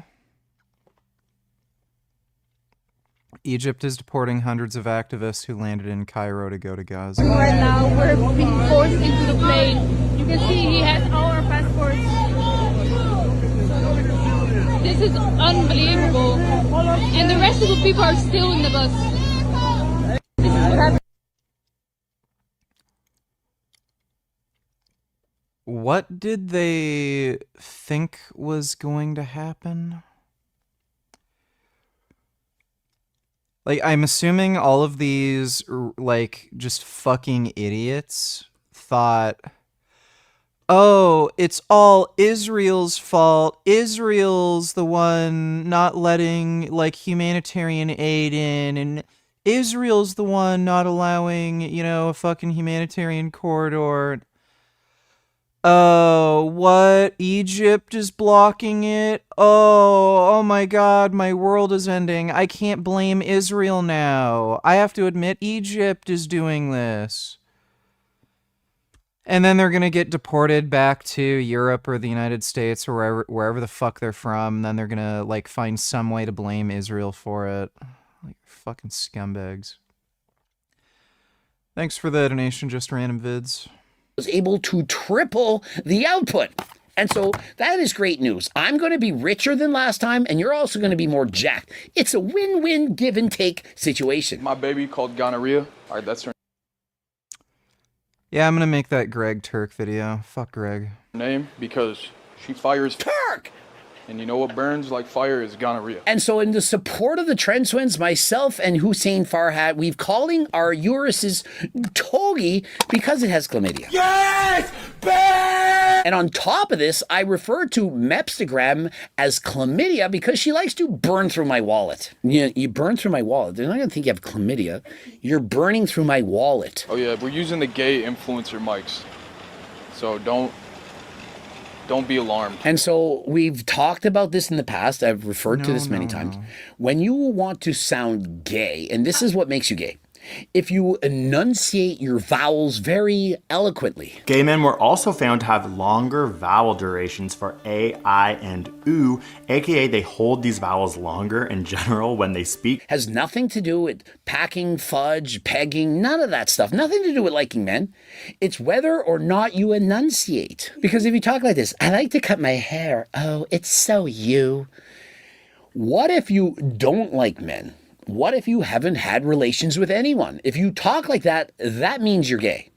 That is plain and simple. Has nothing to do with anything else. It's how you enunciate your vowels. I power lift, bodybuild. What's your deadlift? It's like 715, I think. Yeah. I got like 600. 600 solid, yeah. And so, yeah, my deadlift is like 715. Is it 715 or is it not? Now, unless his IQ is lower than 79, like Togi. 79? Oh my God, there's no way. How does he not know how much he's actually lifting? Was he unable to add up the weights on the side of the bar? And remember, anything is solid and good so long as it's not more than you're currently lifting. Oh, 600, that's amazing. That's great. Immediately after saying I did 750. I used to sit on my face. I used to get some close grip pressing from pressing tortas off my face. You'd die if you couldn't press them off. Hey, sit on your face. You got to watch out for that friggin' pink eye. Mepstagram would know. She is an eye surgeon. This is not a rumor. The worst part about coming to Publix, they have the craziest bake section and all types of shit. And so when you go to a grocery store, avoid the bake section. And so here's the thing. If you say no. Oh my God. Hey, Gum Gum. You like ruining my chair? Gummy was drinking water.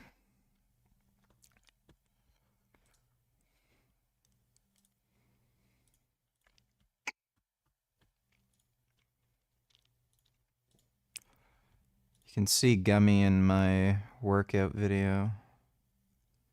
He was just hanging around. There he is, right there. Look at him. Yeah. There he is. There's Gum Gum. So handsome. Oh my God, he has the most beautiful stripes. There's Gum Gum. Just hanging out while I'm working out. Just thinking about cat stuff. Oh my goodness, he's so handsome. There he is, right there. Right in the corner. There he is. Ah, get the fuck out of there. I love my Gum Gum. Stop trying to... Stop.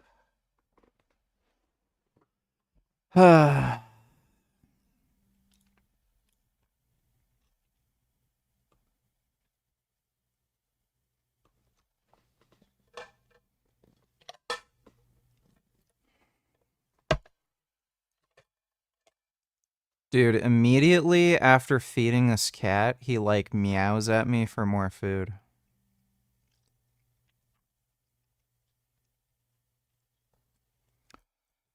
A lot of people are either asking if I'm on steroids or accusing me of being on steroids.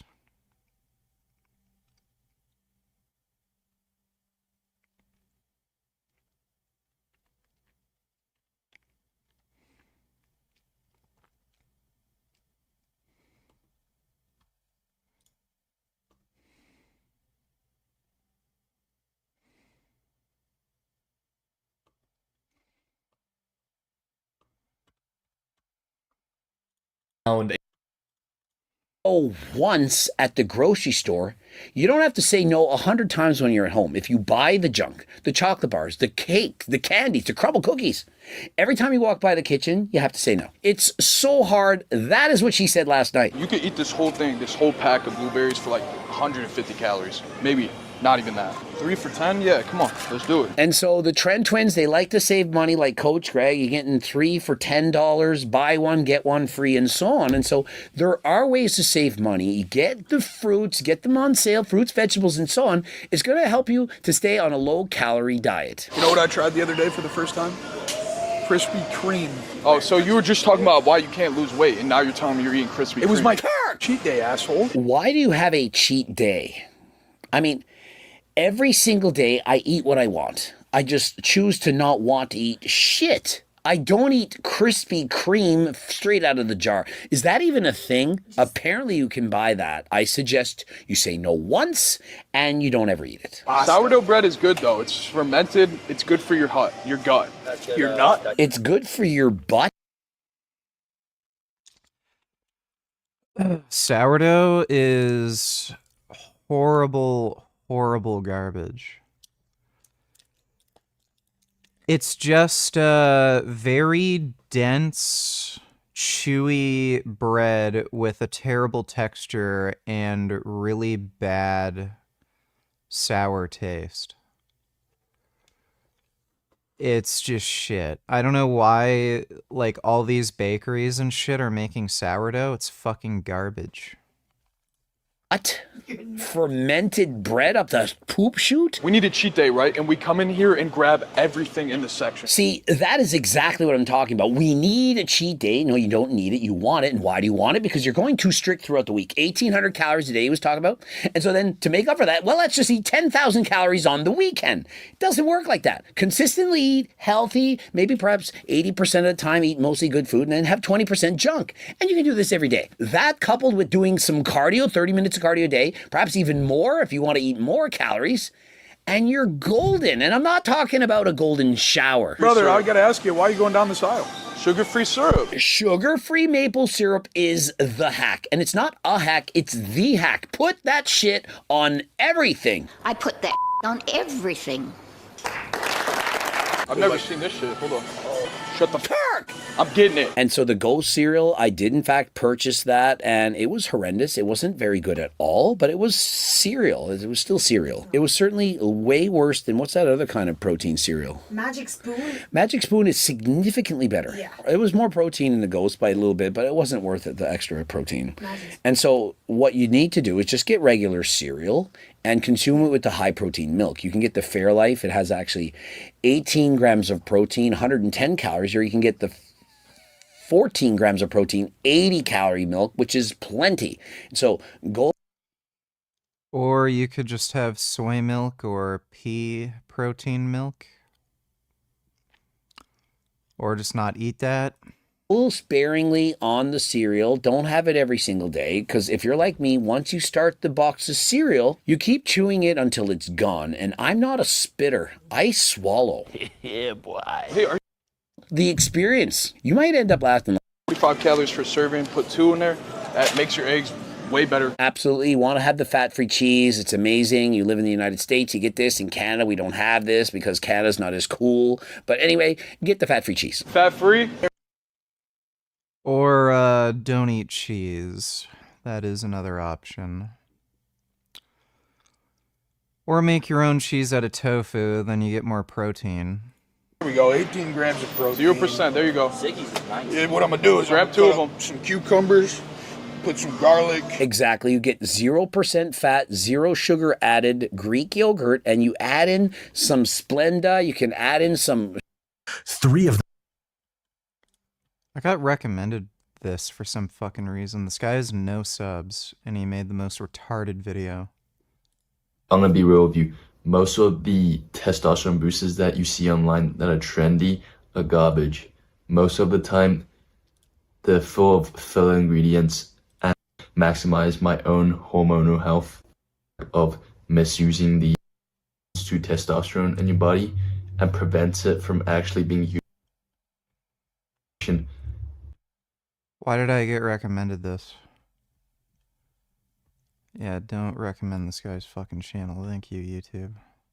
A new potential co-owner of HDLT supplements. Meet Julian Fitzgerald, an 18-year-old TikToker who just recently went viral for his absolutely insane physique. If you hadn't guessed it already, Julian claims he achieved this physique naturally within only 3 years. Sounds a little familiar, doesn't it? However, if Hussein Farhad has 1 in a million genetics, this kid's genetics must be 1 in a trillion. We're talking about genetic mutations only found in Belgian blue cows at this point. It's truly interesting to me that suddenly these ultra-rare 1 in a million natural genetic Grey Knight Donatellas, Greg is getting really annoying when it keeps yelling Turk over F words. Does he always do that? And I just haven't realized. I think he's been doing that for the last 2 years at least. At least. So... like, usually he doesn't do videos reacting to the Trend Twins, so he doesn't have to do it that often. So that's maybe why you didn't notice. Thanks for the donation, though, Grey Knight. phenoms just seem to be popping up everywhere. Despite being brand new to the fitness industry, Julian's physique has already caught the eyes of massive influencers like Greg Doucette and Larry Wheels, the latter of whom has already collabed with Julian in a video he posted 7 days ago at the point of me recording this. In this video, Larry let Julian take him along on his workout, so let's take a look at what it truly takes to achieve this physique quote-unquote naturally after only 3 years at age 18. Peaks gotta be the courageous in the world. Tell me someone, guys, comment below if you've ever seen bigger peaks than this. I don't know. I think he might have me beat in the bicep department, but I'm keeping up. Anyone ever. Natty or not, doesn't matter. I mean, what are we doing here? Come on. You don't even need to drug test this kid. You just need to have a pair of eyes and training experience of more than 1 year. The guy has biceps the size of a newborn kid's head. It's crazy. I guarantee you if you held up a vial of Tren in front of him, he'd immediately start drooling and salivating uncontrollably. Welcome back to the channel, guys. I am fresh off my pro card victory in classic bodybuilding this past weekend, and today I have a very special guest, Julian. Maybe you guys have seen him trending on Instagram for having an absolutely unreal, borderline maybe even AI generated physique. Just look at his arms compared to those of fellow genetic freak Larry Wheels. Larry Wheels, the genetic phenom that has been training for Larry is much larger, so him saying that is kind of weird, and I would say like arms and calves are probably the two muscles where you either have them or you don't. So yeah, like look at Mark Lobliner. Mark Lobliner, he's on steroids. He's openly admitted to it. He could never grow his arms. Like they just didn't really ever get bigger. They sort of just stayed the same size, and he even admits like he just can't grow them. So yeah, if you have the right genes, you're gonna have big arms, natty or not. It's just one of those things. It's kind of like calves. You're just not going to get big calves if it's not on the cards for you. Like, no matter how much steroids you take, no matter how you train them, they're just not going to get that big. For 17 years and who has been blasting gear for 13 years. Larry Wheels, the absolute monster that pulled 930 pounds off the ground for 3 reps. Larry Wheels, the IFBB pro bodybuilder. The fact that Julian has the same size arms, which they discuss later on in this. I don't think they have the same size arms. Hi VG, have you tested your basement for radon gas? It is considered the second leading cause of lung cancer in the US and leading environmental cause of cancer mortality by the EPA. Keep up the good work. No, I have not tested my basement for radon. But thanks for the donation. I have the gut. Fucking stop. Oh my god, I fed you.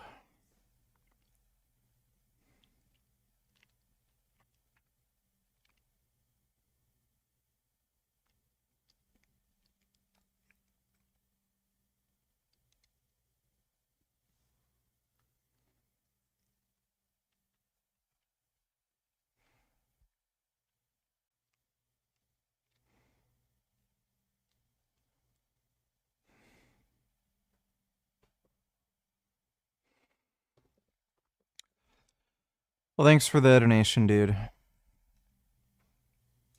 This video is absolutely insane even if he was blasting gear up the wazoo, and then realize that this kid is actually claiming he's fully natural. Now I've seen a bunch of comments on his reels and TikTok stating that this kid has a myostatin deficiency, so I went digging and found not a single source of Julian himself confirming this. It's literally just something TikTok comments made up and people have been running with it ever since. Moreover, later on in this video, Julian literally states himself that he was skinny as a kid. Kids with myostatin deficiencies literally exit their mother's wombs looking muscular. The fact Julian was skinny as a kid / early teen proves that this claim is simply made up. Also, I've never seen a myostatin deficiency before that just conveniently happens to skip someone's legs and calves. Maybe you guys have seen him trending on Instagram for having an I wouldn't say he has small legs. Like, his upper body is more impressive, but I wouldn't say he has small legs. Like,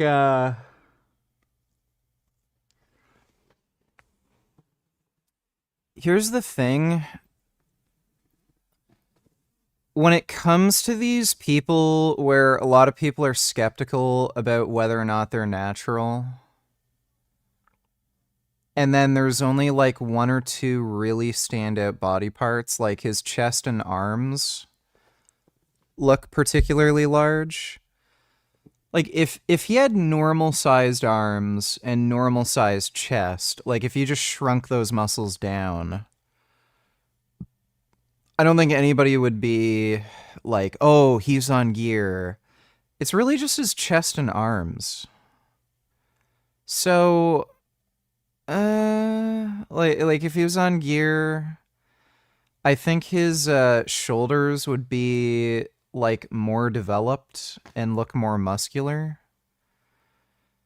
And like he mentions, yeah, his quads are kind of smaller compared to his upper body. So again, if he was on gear, you'd kind of expect his legs to be a bit bigger too.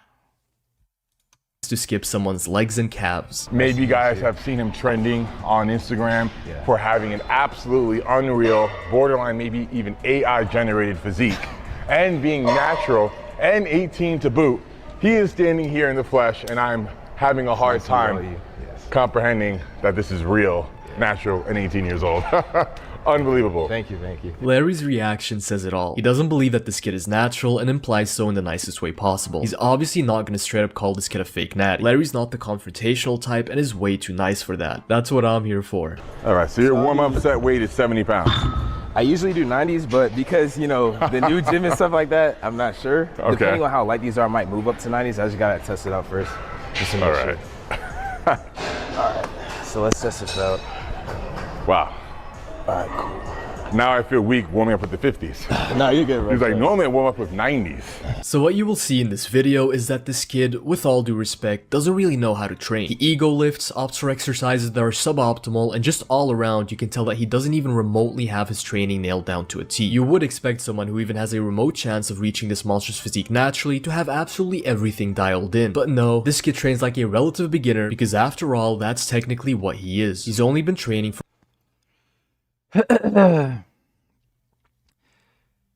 people massively overvalue the importance of like form and shit. Your muscles respond to weight. So just tension. So yeah, like, I mean, you don't need particularly great form in order to put the muscle under tension. So as long as you're just training heavy, like, yeah, you're gonna make gains. You might make better gains if you have better form. Might also be safer, but yeah, I mean, if you're just lifting heavy with good enough form, like as long as you're not like literally just using entirely a momentum or something to get a weight up, you don't need amazing form. For about 3 years. All right. Yes. Yes. All right, here's the spot, please. Okay. Are you ready? 2, 1, up. All right. Yep. Light. Thank you. Very light. No problem. Good. Yep. Perfect. Good. Yep. Beautiful. Yep. I wouldn't call that bad form. I'd call that kind of a stupid exercise, but I wouldn't call that bad form. Let's get it. Come on. Yep. Yep. Yep. Come on. Yep. Yes. One more. Last one. Yep. Finish it. Yes. All right. Hell yeah. Perfect. Light. Yeah, so that's what you're looking for. Nothing too heavy, but just heavy enough to give you that pump. Because again, we're only doing around 2 sets with each one, so you want to make sure you get the most out of it without pushing yourself too far. Nothing too heavy, just enough for a pump. In what world does struggling to do 3 reps mean the weight isn't heavy, and is 3 reps the rep range you want to target if you want to get a pump? That's genuinely something I'd expect someone that is actively trolling to say. But then again, it is a known benefit of steroids that you can practically just look at a weight and instantly get a pump. I mean, I get a pump from sets of 3. Especially on bench, and I get a pump from like anything from doing biceps. So, I mean, it's just like whatever. Larry's facial expressions just say it all in this clip, man. You'll end up noticing throughout this entire video that Julian just talks out of his ass and has no clue what he's doing. Yet mark my words, in about half a year, he'll start his one-on-one coaching business, pretend he's in a position to coach other people because he's built this incredible physique quote-unquote naturally, and then just outsource the makings of all the plans to someone else. He's gonna be following the exact fake natty grifting playbook that we've seen plenty of times before. Okay, nice. Nice. Perfect. Nice, exactly what I'm looking for. Good. Hands down, the cringiest part of this entire video is him trying to coach and correct Larry Wheels on his form, while having shown time and time again that he still has a lot to learn when it comes to training. You ever measure your arms? Yeah, I think last time I measured them, they were somewhere around 18 and 19. I think like 18.5, somewhere around there. 18, wow. Yeah. So my arms are like 19, but they Where's my tape measure? look very different. Fuck.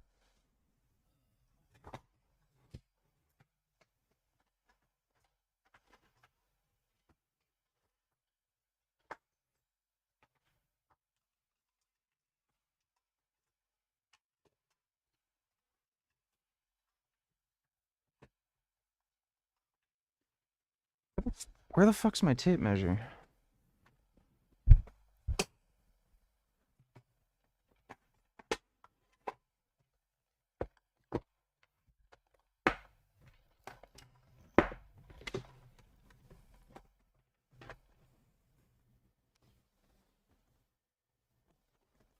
The hell, did it disappear?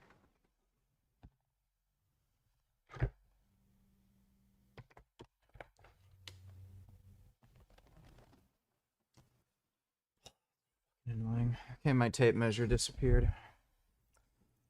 Than your 19-inch arms. Yeah. But at a certain point, you just gotta know when it's time to pack everything up and to stop the grift. How full of yourself do you have to be to look everyone in the eyes and tell them you got the same size arms as Larry Wheels after only 3 years of training, while supposedly...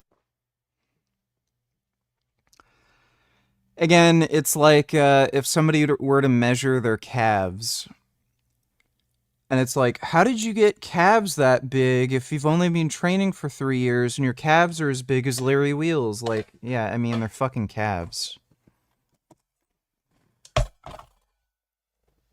Like, biceps and calves are probably the 2 muscles that are just the most you have it or you don't, you know, kind of muscles. Last I measured my arms, they were, I think, a little over 18, like 18 and a quarter or something. Pretty sure they've gotten bigger. Because one, they look bigger, and two, they've gotten stronger too. So it's like, oh, I must be on steroids because my arms are almost as big as Larry Wheels. Like, it's just fucking stupid. Being natural. Either he has deluded himself into thinking the trenbolone that he injects in his ass cheeks twice a week is actually just L-carnitine, or he has to have traits of narcissistic personality disorder. Now, if I'm somehow wrong and this kid turns out to be the descendant of some local sub-Saharan African god of war and truly is natural, I just want to offer my absolute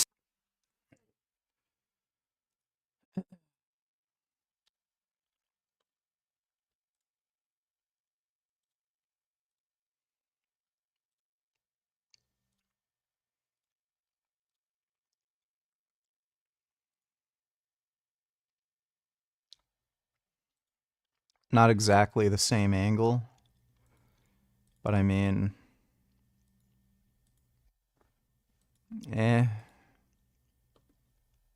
of war and truly is natural. I just want to offer my absolute sincerest apologies in advance, and we may truly just have the future 30 times Mr. Olympia standing right in front of us. Come on. Hip. Hip. Hip. All right, 3, 2, 1, up. Yes. Perfect. Yes. Yes. Yes. Come on, man. The guy... I don't know how people grow their calves by riding a bicycle. I've never, ever felt my calves riding a bike. Can't do a single rep unassisted. I don't think I've ever seen someone unironically ego lift like this before. Got pretty good conditioning. Thank you.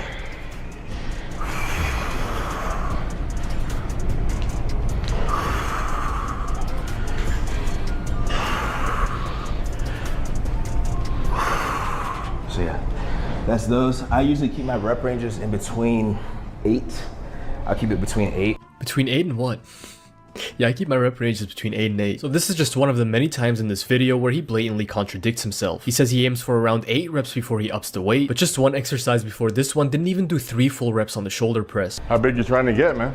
Honestly, let's just see where God brings me. You know, I've already gotten, you know. Oh, I can grab that one. Oh, here you go. Here. I've already gotten, you know, to a point where I didn't think I was gonna be at. And so really it's just a matter of continuing to push myself and just to see, you know, what I can bring out. Because now that I've, you know, started following and gained some sort of influence, I do find it important for me to bring out my absolute best for everybody because I've had clipless pedals. Again, I never felt my calves ever.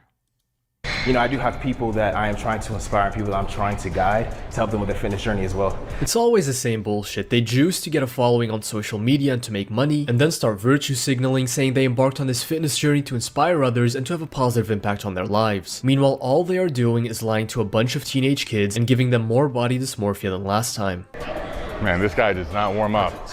70s, what? So yeah, this is the curl and then we need some for the hammer curl. I was not expecting him to bring the 70s for the first set. I'm wasting my time warming up all these years, 80s man. right here.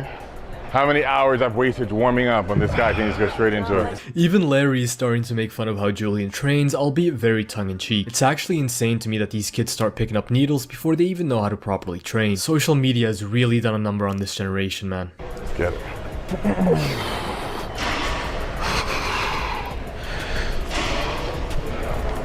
Whoa. Holy mother of a fuck. 70-pound overhead tricep extensions with a single arm is actually ridiculously strong. Even if he only gets like 3 reps, that's actually really fucking impressive. Holy shit. Yep. Jeez. I gotta step my fucking game up. Holy crap. Dodo Donate Chillers, did you saw this? Mossad Commando squads deployed guided missile systems in central Iran. Alright, dope. Watch first 10 seconds only. God damn it, man. God damn it. God damn it. Israel just struck Iran. Oh, I know, we should.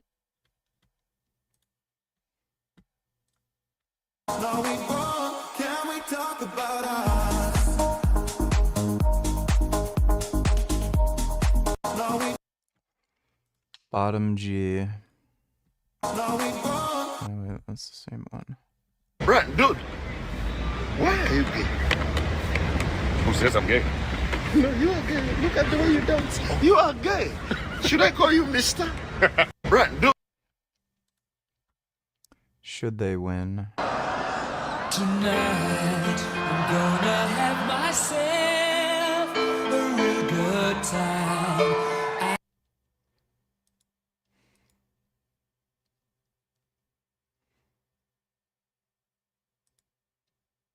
I don't know.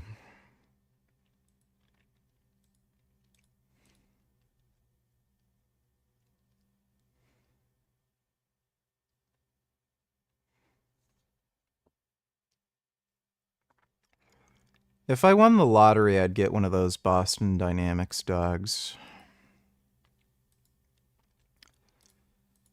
I don't know. I wouldn't say they should win. It's just robots. Thanks for the donation, though, Dodo.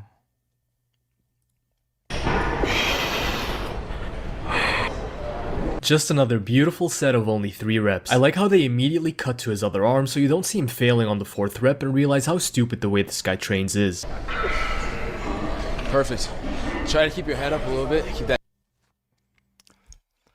Again, your muscles respond to tension. There's nothing necessarily wrong about doing sets of 3, even with isolation exercises. A lot of my bicep training has been done in the 3 to 5 rep range, and I've built pretty big arms. That chin up so you can keep your body straight. There you go. Try to get a little bit closer to the bar. There you go. Kind of lean back a little bit.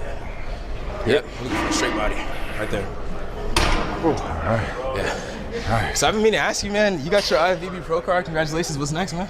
This to me is one of the funniest parts of this video. So he needlessly overcorrects Larry Wheels' form while only having 3 years of experience and having shown in this very video that he kinda trains like an idiot. And then after playing Foreign Police mentions that Larry Wheels is an IFBB Pro.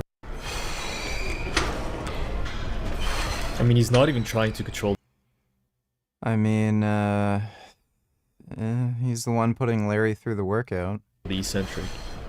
I know Mike Israel said that. Good. We don't exactly know why this stretch is important, but at least try to control it, you know.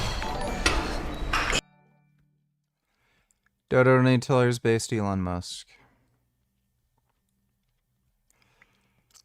Sought FPV drones attacked Iran, nuclear defense systems within Iran. What I have warned about with drone attacks from within countries happened in Iran. Israel produced drones in Iran, launched them from within Iran, hence Iran was caught off guard to some extent.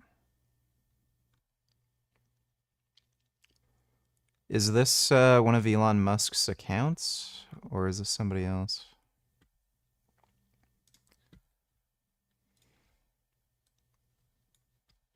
Or are you talking about this video?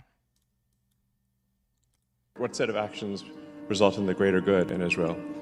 I mean, obviously, you cannot have people who, you know, if they want to slaughter everyone in Israel, you got to stop that. There's no, you know, there's no way. Yeah, those people either need to be killed or incarcerated, or they will simply try to kill more Israelis. This is what it amounts to, obviously. And they want to kill Americans too, by the way. You know, generally, like, Israel is referred to as the little Satan in America. We are the big Satan. That's what the Ayatollah calls us. A lot of what's happening there is people are being taught to hate, you know, in Gaza from when they're like children. They're taught to hate, and that's really the thing that needs to stop for there to be, you know, long-term peace, hopefully. Yes, eliminate Hamas, exactly. An example. What do you he's not a... Like, dude, when you're dumber than Elon Musk, you've got fucking problems. Like, it's that hard for the Young Turks and other idiots to fucking just say something just so obvious. What is this stupid shit? No more with Iran! Israel is illegally in possession of nuclear weapons, and No, they're not. we wouldn't even know about any of this if not for a very courageous Israeli whistleblower. And to this day, the United States government doesn't even have the guts to... Where did they get the idea that Israel illegally possesses nuclear weapons?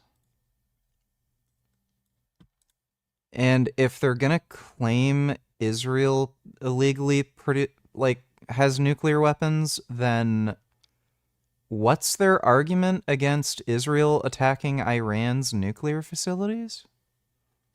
Print that doesn't rely on supplementation, doesn't rely on gimmicks, and doesn't rely on starvation. Well, Dr. Michael Greger breaks it down for us. There may be no such thing as dying of old age. Elaborate on that, my friend. Yes, isn't that interesting? Yes, based on an autopsy series that looked at, let me see if I can, 42,000 consecutive autopsies. Those who lived to be 100, the centenarians, were found to have succumbed to disease in 100% of cases. Though most were considered, even by their physicians, to have been healthy just prior to the death, not a single one died of old age. They died from disease, most commonly heart disease, the number one killer of men and women in general. And as we know, there's only one diet that's ever been shown to help reverse our leading cause of death in the majority of patients. That is a plant-based diet. If that is all a plant-based diet can do, reverse the number one killer of men and women. Shouldn't that kind of be... You know what, Caesar from Planet of the Apes is smarter than all these people and he is a fucking ape. Yeah, he is. Thanks for the donation, Dodo.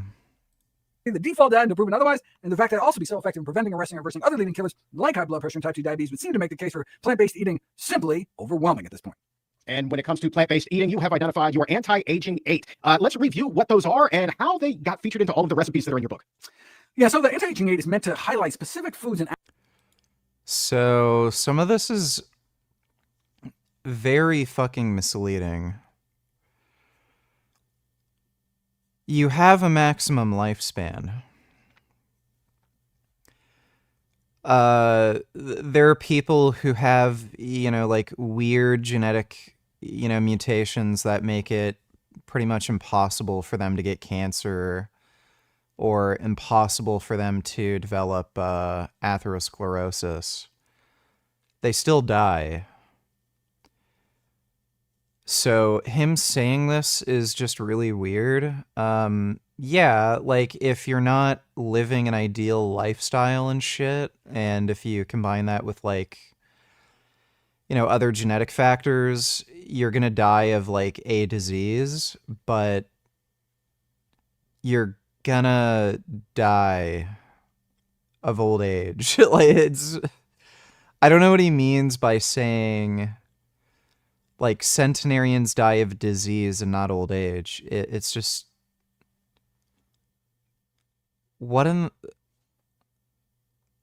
like you can look at what people look like when they're 100. They look like shit. So I don't know what he could possibly fucking mean by that. Actions have the potential to offer the best opportunity to slow aging and improve longevity as a complement to my daily dozen checklist of all the healthiest of healthy foods and habits I encourage people to fit into their daily routine, available as a free app. Dr. Greger's Daily Dozen. This is something that featured in my book, How Not to Die. And in terms of anti-aging foods, according to the data from the Global Burden of Disease Study, the largest systematic analysis of risk factors in human history, the largest life expectancy gains would be expected from eating more legumes, which are beans, split peas, chickpeas, and lentils, right? So if there's only one thing we can do, legumes for longevity, hummus for health, whether it's beans or lentil soup or bean dip or whatever. And this is presumed to be because they're the most concentrated source of prebiotics like fiber-resistant starch, which can feed the probiotic good bacteria in our gut like lactobacillus and bifidobacteria to make beneficial postbiotics like butyrate and acetate, which can reduce inflammation, boost immunity, and improve muscle strength in frail individuals. Now, legumes rule the roost on a per serving basis, but on an ounce per ounce basis, nuts are actually associated with the lowest risk of premature death compared to any other food group. So I recommend a palmful of walnuts every day. What is it that makes the walnut special? What makes that more beneficial than the pecan or any other kind of nut out there, my friend? So it's the only nut that has been found to acutely improve artery function using something called flow-mediated dilation. So there's certain foods you can eat. The original foods were done with sausage and egg McMuffins, showing that within hours of eating a highly saturated fat meal, there is a crippling of artery function, dropping artery function in half, the ability for our arteries to relax normally in half within just hours of it going into our mouth. So we're talking negative consequences, not just kind of years or decades down the road to eating unhealthy, but literally within hours of consumption. Whereas there are some foods that actually improve artery function acutely, again, within hours, that very day, after eating foods. And a number of foods can do it. Berries, for example, can do it. They're also featured in my daily dozen. Dark green leafy vegetables can do it, and not nuts in general, but walnuts can do it. They're also the highest, most concentrated source of the short chain omega-3 fatty acid, alpha-linolenic acid, compared to other nuts. And I think it has the highest antioxidant count compared to other nuts. So there's a couple things that, like on paper, it seems to beat out other nuts on, but then when actually put to the test in these randomized controlled trials, you do see actually an improvement that you just don't see with peanuts or some of these other nuts. And so, look, I'm all for dietary diversity, especially to feed our gut microbiome. You should eat lots of different types of foods. But if you could just only choose one and you like them all equally well, might as well go for the walnuts. All right, but let me ask you this, because I think the way that a lot of minds might work is that, well, Dr. Greger said if I eat walnuts, that's going to really help me out here. But I can still eat what did you say, like sausage, egg, McMuffin, eat the walnuts, and that'll cancel each other out. Is that actually the case? Okay. So that's not completely false, actually. Okay. So there are studies where you have somebody eat a burger, right? I think it was a beef and pork burger. Have someone eat a meat burger with or without avocado, right? They were measuring, I believe, IL-6, which is kind of the chief marker of the inflammation that goes along with old age. And you eat a burger, within literally hours after consumption, you get a spike of this pro-inflammatory mediator in your bloodstream. That's a bad thing. Now, if you eat that exact same burger, but put some avocado on top, actually get some phytonutrients with your burger, then you still get a spike of inflammation, but it's a significantly smaller spike of inflammation. So, does it cancel it? No, but it can. How curious George is smarter than all those people. He is a pretty clever monkey. Thanks for the donation, Dodo. Indeed, mediate it. A similar study was done comparing wild game with regular kind of supermarket store-bought meat. There's a study done in Australia, so they weren't doing venison, they were doing kangaroo meat, but they compared eating kangaroo meat to eating just supermarket beef and found a significantly less inflammation caused by the kangaroo meat, presumably since it's so lean, compared to the supermarket meat. Now, so look, okay, step in the right direction, better, right? But wouldn't we rather eat foods that actually have an anti-inflammatory effect, not just less pro-inflammatory, but actually either neutral or beneficial effect? So eating something like a white potato, neutral effect. Now that, hey, better than pro-inflammatory, but eating like a purple potato actually gives you an anti-inflammatory effect. Or lots of nice whole healthy foods like greens and berries and avocados alone without the meat. So yes, it does actually matter what you eat. So if you're gonna eat something that isn't healthy, there is actually benefit to adding some healthy food. So if you're gonna eat a Twinkie, eating a Twinkie with your kale salad is better than eating a Twinkie alone.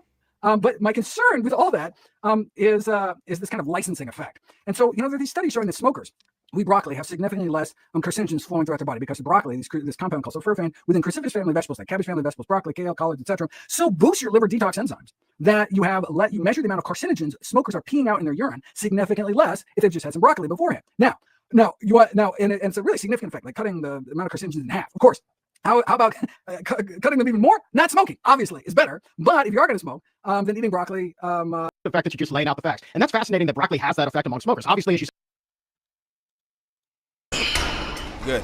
Oh, yeah. All right, now, what some of y'all may be tempted to do, we gotta start to post. Peace. We gotta start this Awareness. stop right here. You're talking to an IVV pro. Try to,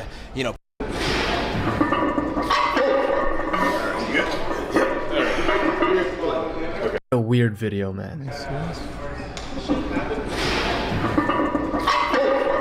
Well, he's pretty strong. He can rep 315. That's a lot of weight to drop on your chest. Let me see that again.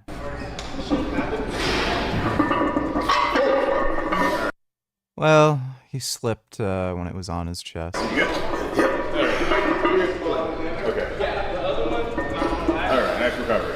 This moment right here just perfectly encapsulates this entire mess of a video. Just 50 minutes of Julian giving out bad advice, ego lifting, and just overall showing that he still has a lot to learn. This kid genuinely has to have 1 in a million genetics, because even on gear, I'm surprised he's been able to I'm pretty sure he's natural. Reach this monstrous physique while training the way he does. You just won't be able to convince me there's a single chance he achieved this naturally. This top comment right here encapsulates it all pretty well. If everyone is natural, then who the hell is taking all these damn steroids? Now it seems like Yeah, I'm pretty sure that guy's natural.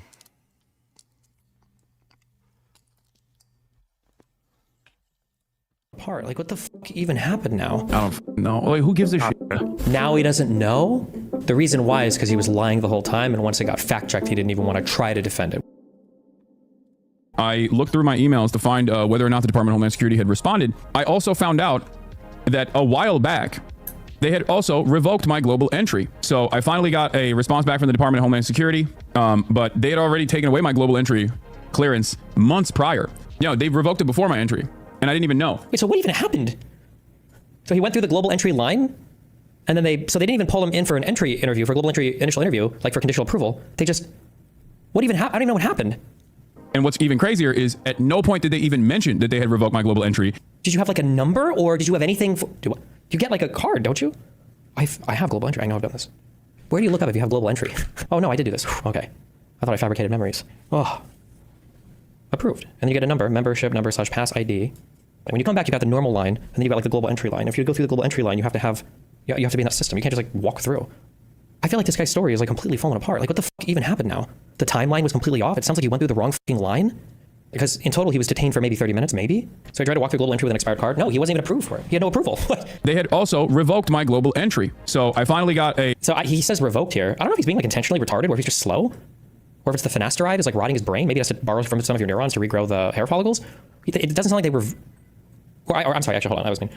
Did they revoke it, or did he just never get approved? Let me listen again, I'm sorry. And I looked through my emails to find whether or not the Department of Homeland Security had responded to my redress over my trip. Again? Show me the email again. I also found out that a while back, they had also revoked my global entry. So I finally got a response back from the Department of Homeland Security, but they had already taken away my global entry clearance months prior. They revoked it before my entry, and I didn't even know. And revoked or denied? Okay, we regret to inform you that your membership global entry has been revoked for the following reasons. You do not meet the program eligibility requirements. What? I'm so confused on what the timeline for all this is, because he said that he applied for global entry one time, and then he said that he missed the interview, or he went to the interview but he didn't bring his passport. Then he said that, oh no, hold on, I just had a brain blast. I hope this is not true. Wait, let me read this. Dear Hassan Piker, thank you for submitting your traveler inquiry form and identity documentation to the Department of Homeland Security Traveler Redress Inquiry Program regarding your participation in the Global Entry Program. CBP is tasked with protecting our nation's borders.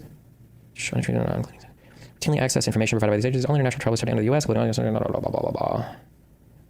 After careful review, we determined your global entry program membership was revoked because you do not meet the guidelines for program participation. Individuals ineligible to participate in the Trusted Traveler Program if CBP at its sole discretion determines the individual potential risk of terrorism, criminality, violation, customs, agriculture, and immigration laws, or otherwise not a low risk traveler. This risk determination will be based in part on the ability to demonstrate past laws, regulations, policies, reasons why action provides false or incomplete information on the application. What is there a chance? All of this is such bullshit at this point. Here's what I'm curious about, because he didn't post any dates on these emails, did he? I wonder if he said that he applied for it, and when you apply for global entry, I think you can get like a conditional approval. Then, but it sounds like he actually had an interview. So it sounds like he applied for it, and then he said he drove to the office to do the interview, but that he left his passport at home, and he didn't have an ID for it, and so he went home and he missed that. I wonder if he got like conditionally approved, scheduled the interview, went to the interview, and then he didn't bring his passport, and then this is the email that they sent afterwards saying, I'm sorry, we have to revoke your global entry, and the revocation is just for the conditional approval. I have no idea. I'm just guessing. The timeline in the story, none of this like makes sense. Like all of this just feels so weird now. Like I don't understand how you go through the global entry line if you don't even have it. You're telling me that the U.S. border systems would just let anybody walk through the global entry line and they wouldn't even be able to ID that you didn't have global entry? Or... Dodo Donatillers, are Twinks bars and Frankie's free range Oreos pro or anti-inflammatory? I would assume they're probably pro-inflammatory because they're literally, junk food candy. I think Frank claims they're minimally inflammatory, which the fuck knows what that means. Egyptian kids are dragging off the Western activists who came to Egypt with the aid of breaking through the border to Gaza in order to Deliver aid. The activists are shocked by the opposition. Their global march to Gaza initiative has been met in Egypt.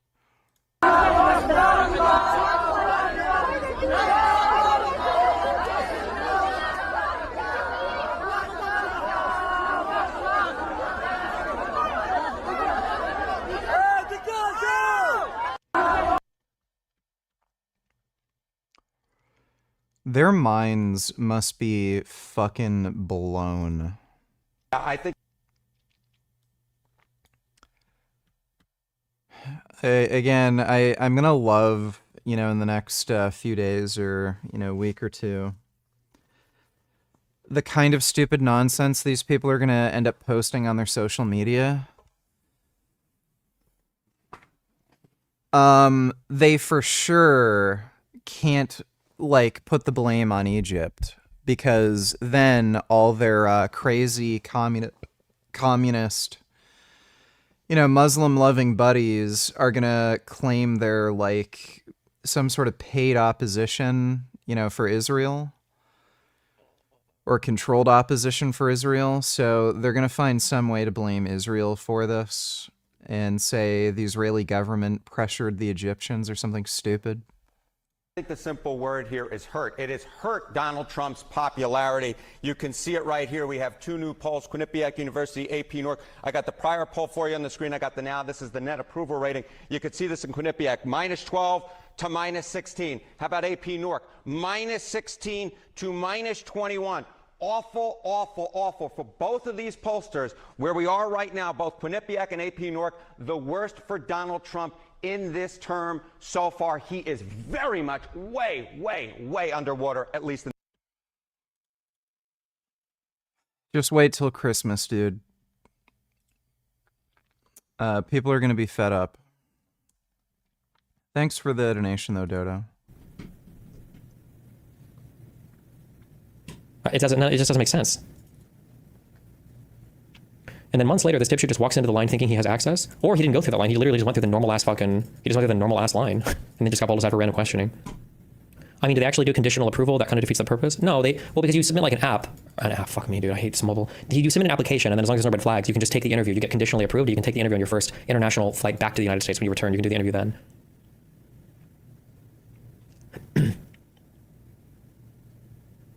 His redress inquiry, doesn't that imply that he asked shit to the DHS?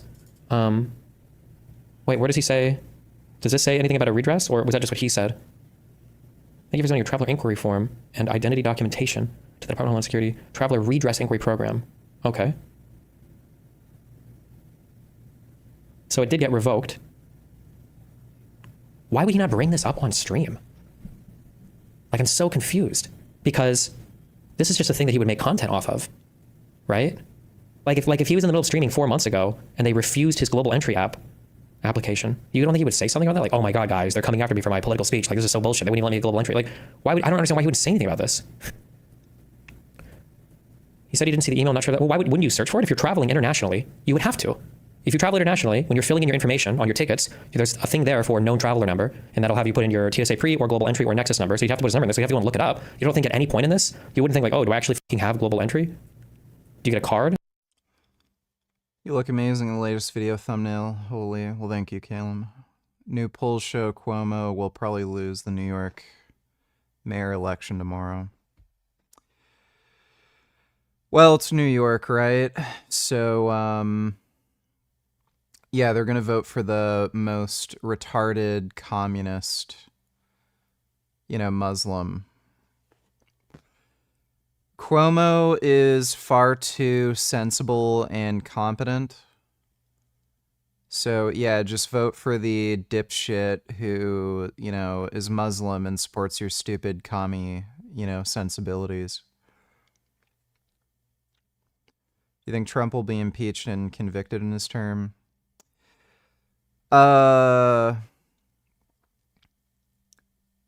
Possibility after midterms. It's possible. I think you can request one, but you have like a number. I don't believe any of this. I think it's all just a fucking lie. But he milked the fuck out of it, so it's like success. Like he did it. I mean, he milked the fuck out of all this. So, what are the odds that he legit just found out about this now? I feel like I don't think that they would let you go through like an accelerated line without being approved, and nobody would say anything. They wouldn't pull you aside for an interview. They would just like, oh, you're not in this, like, go to the other line. What do you think the reality was? Well, as far as the stop, everything he describes, it's not like he just got pulled aside for random questioning. It sounds like it was like about 15 minutes long. I think he basically admits as much now. He was on that stream, and I think he admitted as much. It was basically 15 minutes long. It was normal questioning, and then he went through. You do get a card for global entry. I mean, you might be able to request one, but I don't think you need it. Like, I think I'm not going to order a digital, order a card, but you just need the number, I think. And then everything is like eyes. I don't know if they do fingerprints. They probably do. Wouldn't this naturally come up during the questioning? Why are you in the GE line? You don't have GE retard? No, it wouldn't come up during questioning. You wouldn't make it through the line. Like, pictures, airport, immigration, entry. What airport was he at? Was he at O'Hare? I don't know which one he said he came through. O'Hare? I don't know if I've ever flown back into O'Hare internationally, but all the others have come back in internationally. You have, there'll be like 2 different lines. One will be for like global entry, Nexus. I think Nexus is like Canada, USA, Mexico. I might be totally making that up. I think something like that. And then one line is just normal, where you go to these machines and you fill it out. But my guess is going to be that if you go to the global entry line, you try to get through there, you don't have global entry, you won't be able to pass the machine. Usually, once you go to these machines, you'll get a slip. That'll have a picture on it, your name or whatever, some info, and then you go to the guys and you hand it to them. But you wouldn't get anything. You don't have global entry. The machine just it would say like not found or not or whatever. You'd have to go to the other line. I don't know. All of this is weird. There's too much weird shit here, and he's already like a liar. Like I don't know. I don't trust any of this. I think the whole story is bullshit. But it's like airport security related shit, and he doesn't think anybody's ever going to like publish anything about it and call him out, which is probably true. I mean, he got away with it, so. Video of O'Hare. 5 more minutes.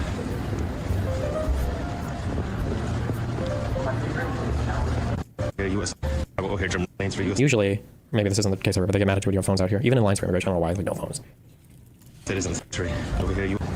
Our guy is still walking. As you can see, the signs over here, US citizens and visitors, crew and active military. Back in the days, they used to have separate lanes for US citizens and visitors. All right, guys, we were told. Why is it bad for him to lie about this? Because he tried to make it sound like he got pulled over for having viewpoints that are contrary to the Trump admin and then bullied or hassled or harassed for that. He's presented no evidence of that. His story has fallen apart under the slightest bit of publicly available data, under the littlest bit of scrutiny. And then he walked back his story basically immediately on that podcast. And he got like fucking international fame and articles and all that shit published for it, trying to show some shit that did never happen. Because he just wants to feel like a victim and he wants to feel included in the public narrative over this. Not to make a video of the immigration custom, obviously. Oh, they did tell him to put his phone away, yeah. Because normally in the lines they'll tell you to put your phone away. Citizens and visitors. All right, guys, we were told not to make a video of the immigration custom, obviously, so we're out of the immigration custom. Okay, right. This is such a waste of time because no one's gonna give a fuck. And they're processing everybody expeditiously. You walk up, boom, immediately they take your photo of your face, and you walk in, and there's a customs person there, cop there, just basically waves you, okay? And they do that over and over again. Gets to me, take a photo, boom, walk in, instantly. The Customs and Border Patrol agent goes, step aside, sir. I was like, here we go, all right? She goes, step aside, sir. An agent will come and take you to another location. I was like, is that proper protocol? I was like, sometimes it happens. And I was like, okay. And I knew at that point, I was like, okay, I'm texting like family. I'm like, this is happening. I'm texting my manager. You know, I was basically trying to, I got Lolo on. I was like, listen, you know, I'm going in, all right? I'm freaking going in. Who knows how long this will take? Like, we have the timelines on all of this. And when the plane landed, when that Lolo guy tweeted, like, he was probably questioned for like 15 minutes. Somebody link him talking about this to Bad Empanada and Noah Sampson, because he basically says as much. Somebody give me the timestamp on that, because I think it's a huge walk back. But nobody gave a what will happen. I had already heard like horror stories from people. There was like that one girl on TikTok that talked about this, and I thought to myself, all right, it's on. It's happening to me as well. It is what it is. You know, M is real high. I'm about to say M is real high multiple times to get these guys off my back. So I'm waiting in the corner. This Latina ICE agent comes up, picks me up, takes me to this detention center. I sit down, fluorescent light bulbs, the whole nine. Okay, they have benches in the back of O'Hare Airport where there's like a detention area. Okay, there's a detention area. I'm sitting there. There's like a bunch of terrified families. Okay, there's an old lady in a wheelchair. There's like a mom and daughter behind me. There's some like random dude in front of me, and I love them. Wait, fuck. Was this an Instagram reel or was this a YouTube video? When white people mentioned race, no reason. Fuck. What am I thinking of? I'm not gonna find this. I feel like it was a reel. White mom mentions race, no reason. God damn it. I think it was Instagram. It's like when your mom, like, so yesterday I was at the store and this very nice Nigerian looking man, like if they were non-white, they always just like, man, just like, why? I don't know. Fuck, I'm not gonna find it though. The way it works is there's a back door. Wait, so Peace Code is retarded? He seems like he was totally vindicated that someone's name for protected speech? Wait, what link? Unless Peace Code access information. I think Peace Code is a little bit crazy on the, wants to be contrarian around some narratives, but Hassan has provided absolutely zero evidence whatsoever that anything happened related to anything like that had to do with his viewpoint. There's been zero evidence presented so far of that, and plenty of reasons to believe that that's not the case of what happened.